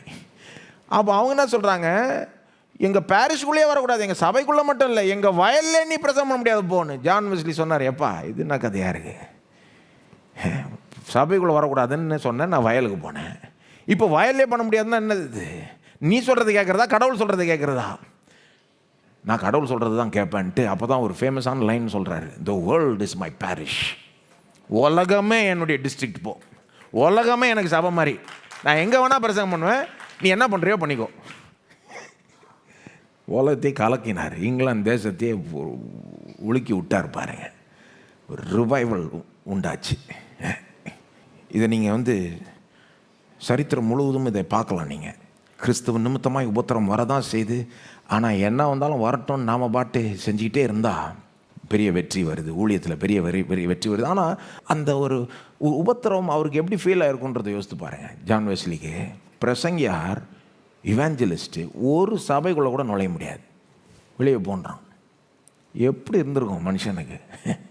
வேணா நினச்சி சோர்வடையலாம், ஆனால் இயேசு சொல்கிற மாதிரி தான் போய்க்கணும். பாக்கியவான்கள் சந்தோஷப்பட்டு களி கூறுங்கள். அதனால் ஊழியமும் கிடையாது, எதுவும் கிடையாது. அப்போது கிறிஸ்துவ நிமித்தமாக சொல்லுங்கள், கிறிஸ்துவ நிமித்தமாக. ரெண்டாவது, கிறிஸ்தவ பாடு இயேசுவை பாட்டு தான் புரிஞ்சுக்கணும்னு சொல்கிறேன். இந்த யூனிக் கிறிஸ்டியன் சஃபரிங், தனித்தன்மையான இந்த கிறிஸ்தவ பாடு, கிறிஸ்தவர்களுக்கு மட்டுமே வரக்கூடிய பாடுனா என்னது, அது இயேசு மற்றும் அவருடைய சிலுவை மரணம், அதை பார்த்தா தான் அதுதான் நமக்கு முன்மாதிரியாக இருக்குது. அதை பார்க்குறப்போ என்ன தெரியுது, இயேசு எப்படி கடவுளுக்காகவே பாடுபட்டாரோ அதுபோல் நாம் கிறிஸ்துவுக்காகவே பாடுபட ஆயத்தமாக இருக்கணும். ரெண்டாவது, Christian suffering not because you done wrong but even though you done right. கிறிஸ்தவ பாடு எப்படின்னா, நீங்கள் தப்பு செஞ்சதுனால பாடுபடுறதில்லை, நீங்கள் பர்ஃபெக்டாக செஞ்சும் பாடுபடுறது தான் கிறிஸ்தவ பாடு. நீங்கள் சரியாக செஞ்சதுனாலே உங்கள் பாடுபடுத்துகிறான். ஒன்றும் இல்லை, இயேசுவை பாருங்கள். ஏன் இயேசுவை அவனுங்க வெறுத்தானுங்க, இந்த யூத மத தலைவர்கள் ஏன் இயேசுவை வெறுத்தாங்க தெரியுமா? இயேசு ரொம்ப பர்ஃபெக்டாக வாழ்ந்துட்டார், அதுதான், வேறு ஒன்றுமே கிடையாது. அது வரைக்கும் அவனுங்க தான் பர்ஃபெக்ட்னு எல்லாம் நினச்சிட்டு இருந்தாங்க. உலகமே என்ன நினச்சிட்டு இருந்தது, இந்த பரிசேயர்கள், சதுசேயர்கள், இந்த வேதபாரர்கள், இவனுங்க தான் பர்ஃபெக்ட், இவனுங்க தான் பெரிய ஆள், இவங்க தான் பெரிய பக்திமான்கள் அப்படின்னு நினச்சிட்டு இருக்கிறப்போ இயேசு வராரு. இயேசு வரப்போ ரூமில் பிரைட்டாக லைட்டை ஆன் பண்ணி விட்ட மாதிரி ஆகிடுது. வெளிச்சம் அடிக்குது, எல்லாருடைய குறைகளும் தெரியுது. ஏன்னா இவர் அவ்வளோ பர்ஃபெக்ட். இவர்கிட்ட வர வர இவனுங்கள்ட்ட இருக்கிற குறைகள், பிழைகள், இவனுங்க எப்படி மாயமாலக்காரர்கள் எல்லாம் வெளிப்படுது பாருங்கள். இவ்வளோ காலமாக ஜனங்க கண்கள் முன்பாக இவனுங்க பெருசாக இருந்தானுங்க. இயேசு உண்மையை வெளிப்படுத்திடுறாரு. ஏன்னா அவர் அவ்வளோ பர்ஃபெக்டாக இருக்கிறதுனால இவனை காட்டி கொடுத்துட்டார். அது அப்படி தான் அது. ஆனாலும் அவன் இயேசுவை வெறுத்தான். இயேசுன் மேலே ஒரு பொறாமை. அவர் என்ன செஞ்ச தப்புக்காக பாடுபட்டார் இயேசு? அவர் செஞ்ச தப்புக்காக சிலுவையில் தொங்கினார்? கிடையாது. அவர் எந்த தப்பையுமே செய்யலை. எல்லாத்தையுமே பர்ஃபெக்டாக செஞ்சவர். அவர் ஒருத்தர் தான் பர்ஃபெக்டாக நீதிமானாய் வாழ்ந்தவர். ஆனால் அவர் மேலே போய் புகார் கிளப்பி அவரை சிலுவையில் தொங்க விட்டாங்க பாருங்கள். அப்போ இது ஒரு முன்மாதிரி நமக்கு. எந்த விதத்தில் நாமும் தப்பு செய்கிறதுனால பாடுபடுறது கிறிஸ்தவ பாடு கிடையாது. தப்பு செய்யாமல் வாழ்ந்தும் பாடுபடுறது தான் கிறிஸ்தவ பாடு. தப்புக்காக பாடுபடாமல் கரெக்டாக வாழ்ந்ததுக்காகவே பாடுபடுத்துகிறானுங்க. மத்தேயு 5:10 நீதி நிமித்தம் துன்பப்படுகிறவர்கள் பாக்கியவான்கள். நீதி நிமித்தம், எல்லாம் சொல்லுங்க, நீதி நிமித்தம். நீதி பாவத்து நிமித்தம் இல்லை, நீதி நிமித்தம், தீமை நிமித்தம் இல்லை, நீதி நிமித்தம் துன்பப்படுகிறவர்கள் பாக்கியவான்கள். 1 பேதுரு 2 பாருங்கள், 1 பேதுரு 2:20 நீங்கள் குற்றம் செய்து அடிக்கப்படும் போது பொறுமையோடு சகித்தால் அதனால் என்ன கீர்த்தி உண்டு. நீங்கள் நன்மை செய்து பாடுபடும் போது, எல்லாம் சொல்லுங்க, நன்மை செய்து பாடுபடும் போது, அதான் கிறிஸ்தவ பாடு. நன்மை செய்தும் பாடுபடுறது. அல்லது முந்தினம் 19 பாருங்கள். 19 ஏனெனில் தேவன் மேல் பற்றுதலாக இருக்கிற மனசாட்சி நிமித்தம் ஒருவன் அநியாயமாய் பாடுபட்டு, இல்லை சொல்லுங்க, அநியாயமாக பாடுபட்டு, அதுதான் கிறிஸ்தவ பாடு. நியாயமாக பாடுபட்டா அது கிறிஸ்தவ பாடு கிடையாது. அது எவ்வளோ பேர் பாடுபடுறாங்க இல்லையா? நியாயமாக பாடுபடுறது தான் நம்ம தப்புனால நாம் பாடுபடுறது. நியாயமாக பாடுபடுறது. அநியாயமாக பாடுபடுறது தான் நாம் தப்பு செய்யலை, கரெக்டாக வாழ்கிறதுக்காகவே பாடுபடுத்துகிறோம். இயேசு எப்படி பாடுபடுத்தினாங்களோ அதுபோல் அநியாயமாக பாடுபட்டு ஒவ்வொருத்தரவங்களை பொறுமையாய் சகித்தால் அதுவே பிரீதியாய் இருக்கும். இதற்காக நாம் அழைக்கப்பட்டிருக்கிறோம்.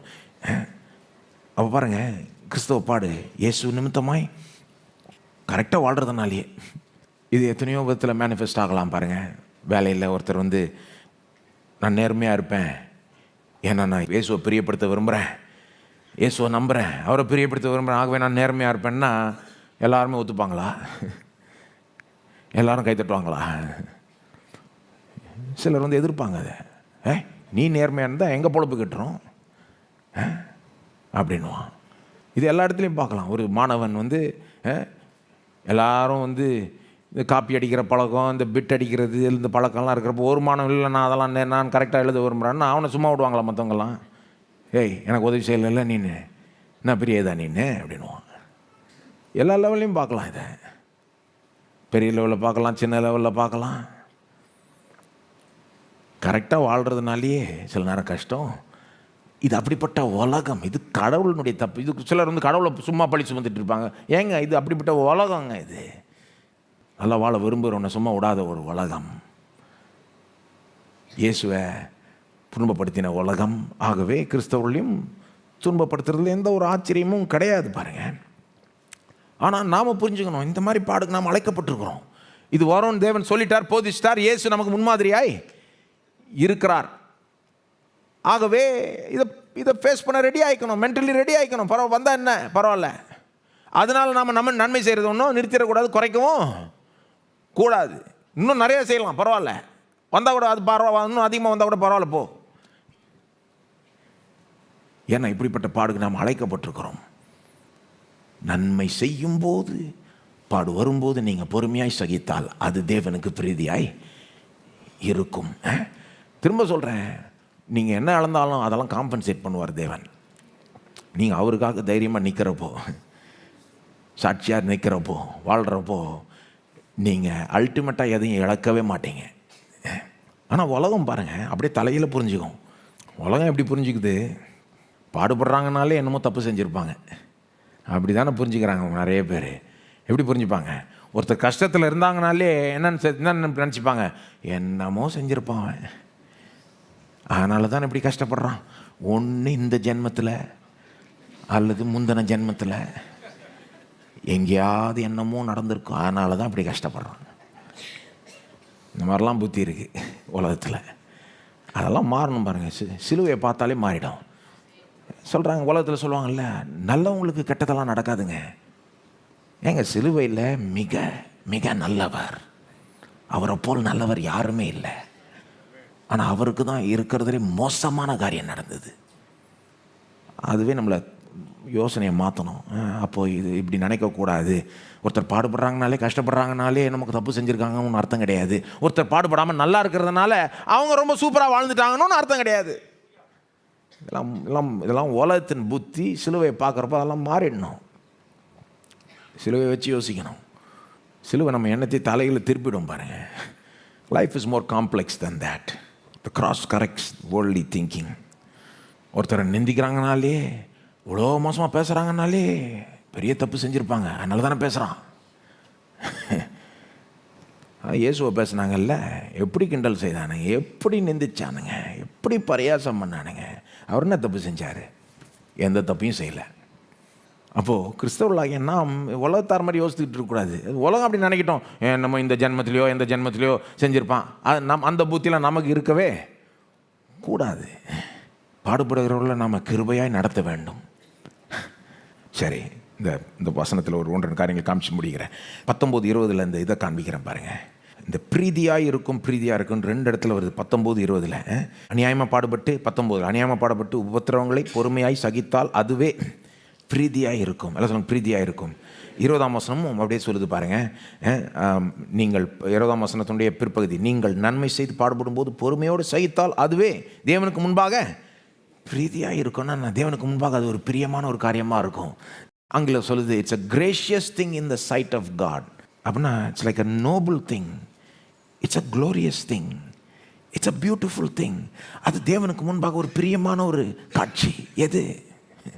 ஒருத்தன் அவருக்காகவே வாழ்ந்து, என்ன வந்தாலும் பரவாயில்ல போ அப்படின்னு வாழும்போது அவர் சொன்னதையே செஞ்சு, என்ன வந்தாலும் பரவாயில்ல நான் தேவன் சொல்கிறது தான் செய்வேன் அப்படின்னு போய் சில நேரம் கஷ்டம் பாடுன்னு எதிர்ப்புன்னு வர்றப்போ அதையும் பொறுமையாக சகிக்கிறப்போ அது தேவனுக்கு முன்பாக ஒரு பிரியமான ஒரு காரியமாய் தோன்றுகிறது. நீங்கள் அப்படி யோசிக்கிறீங்களா? நீங்கள் உங்கள் மனசு அப்படி சொல்லுதா உங்களுக்கு? இயேசு சிலுவையில் பார்க்குறப்போ சிலருக்கு அவமானம் தான் தெரியுது. ஆனால் இதுவும் தெரியணும். என்ன தெரியணும்? அங்கே ஒரு மகிமை வெளிப்படுது. ஏன்னா அவர் என்ன வந்தாலும் பரவாயில்ல, உயிரே போனாலும் பரவாயில்ல, எவ்வளோ பாடுபடுத்தினாலும் எவ்வளோ நிந்திச்சாலும் பரவாயில்ல, கடவுளுடைய சித்தத்தை தான் நான் செய்வேன் அங்கே தொங்குறப்போ அது ஒரு நோபலான ஒரு காரியம். ரொம்ப பெரிய விஷயம். அது ஒரு மகிமையான ஒரு காரியம்.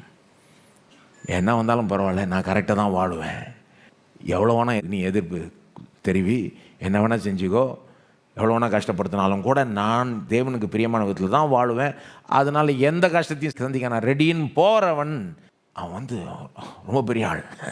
இயேசுவை போல பாடுபடுகிற ஒரு ஆள். அப்படிப்பட்ட வாழ்க்கை தேவனை மகிமைப்படுத்தும். அப்படிப்பட்ட வாழ்க்கை தேவனை மகிமைப்படுத்தும். யோசித்து பாருங்கள். நீங்கள் என்ன வந்தாலும் பரவாயில்ல, நான் இயேசு விட்டு கொடுக்க மாட்டேன், இயேசு நிமித்தமாக நான் என்ன வேணால் சந்திக்க ரெடி, இயேசுக்காக எதையும் விட்டு கொடுக்க ரெடி, இயேசு சொல்கிறபடி தான் நான் செய்வேன், உலகமே எதிர்த்தா கூட பரவாயில்ல, என்ன வந்தாலும் ஃபேஸ் பண்ணிப்பேன், தேவன் எனக்கு உதவி செய்வார் அப்படின்னு போகிறவன் அதனால தேவனுக்கு பெரிய மகிமை உண்டாகுதுங்க. என்ன விட்டு கொடுத்தாலும் நான் இயேசு விட்டு கொடுக்க மாட்டேன்னு சொல்கிறப்போ இயேசு மகிமைப்படுறாரு இல்லையா? படுறாரா இல்லையா? நிச்சயமாக படுறார். எல்லாம் நீர்தானேன்னு நம்ம பாடுறோம். அது பாடுறப்போ ஓரளவுக்கு மகிமைப்படுறாரு. எல்லோரும் சேர்ந்து பாடுறப்போ மகிமைப்படுறாரு, உண்மை. ஆனால் ஆக்சுவலாக வாழ்க்கையில் வாழ்ந்து காமிச்சிட்டா ரொம்ப வேறு லெவலில் மகிமைப்படுகிறார். வேறு லெவலில் மகிமைப்படுகிறார். நம்ம அநேகருக்கு இப்படிப்பட்ட பாடு வராமல் இருந்திருக்கலாம், கர்த்தருக்கு ஸ்தோத்திரம். ஆனால் இது ஒருபோதும் இப்படி வராதுன்னு நினைக்கிறது முட்டாள்தானம். நீங்கள் இயேசுக்காக அதிகமாக வாழ அவருடைய சித்தத்தை அதிகமாக செய்ய இப்படிப்பட்ட காரியங்கள் நேரிடலாம். வீட்லேயோ, வேலையிலையோ, உலகத்துலேயோ, சபையிலையோ, சபைனா பொதுவாக சொல்கிறேன், இந்த விசிபிள் சர்ச் காணக்கூடிய சபையிலையோ இந்த மாதிரி எதிர்ப்புகள்லாம் வரலாம். அதெல்லாம் சந்திக்க மென்டலி ரெடி ஆகிக்கணும் பாருங்கள். அதனால தான் இயேசு சொல்லிட்டார், என்னை பின்பற்றுறேன்னா யூ கவுண்ட் த காஸ்ட். சும்மா பின்னால் நடந்து வராத, நீ யோசித்து பார்த்துக்கோ, பின்பற்றுகிறது ஒர்த்தா இல்லையான்னு கணக்கு போட்டு பார்த்துருப்பான்றார். இயேசுக்காக எதையும் விட்டு கொடுத்தாலும் ஒர்த்தா இல்லையான்னு கணக்கு போட்டு பார்த்துரு. நீங்கள் நம்ம எல்லாருமே கணக்கு போட்டு பார்த்துடணும். அந்த மார்க் 8:34 38 வாசித்தீங்கன்னா கணக்கு போட வைக்கிறார் அவரே. இயேசுக்காக எதையுமே விட ரெடியா அப்படின்னா பாருங்கள், அப்படி உண்மையிலே ஒருத்தர் ரெடியாக இருக்காங்கன்னா அப்போ இயேசுடைய வேல்யூ அந்த லெவலுக்கு அவங்க மதிப்பிடுறாங்க இயேசுவை. இவர் எல்லாத்த காட்டிலும் விலையேற பெற்றவர், இவருக்காக உலகத்தையே விட்டு கொடுத்தா கூட, இவர் மட்டும் இருந்தால் கூட ஒர்த்து தானா? உங்களுக்கு ஒர்த்தா? யோசித்து பார்த்துக்கோங்க, கணக்கிட்டுக்கோங்க கரெக்டாக, மென்டலி ப்ரிப்பேர்டாக இருங்க பாருங்கள். அது மட்டும் இல்லை, சின்ன சின்ன விஷயங்களில் இயேசுக்கு முதலிடத்தை கொடுங்க. ஒருவேளை அந்த மாதிரி சூழ்நிலை நேரிட்டா, நமக்கு யாருக்காவது நேரிட்டா, நாம் அப்படி ஒரு ஸ்டாண்டை எடுத்தோமானால், இயேசுக்காக நான் என்னத்தை வேணால் விட்டு கொடுக்க ரெடின்னு நாம் அதை செய்யும்போது, அது அந்த இடத்துல இயேசு உலகத்துக்கு முன்பாக வேற லெவலில் மகிமைப்படுத்தப்படுகிறார்.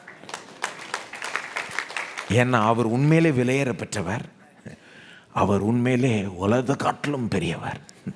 ஒரு உலகத்தையே ஒரு பக்கம் வச்சு அவரை ஒரு பக்கம் வச்சிங்கன்னா அவர் அதை காட்டிலும் மேலானவர், விலையேற பெற்றவர். Valuable, is a greater treasure.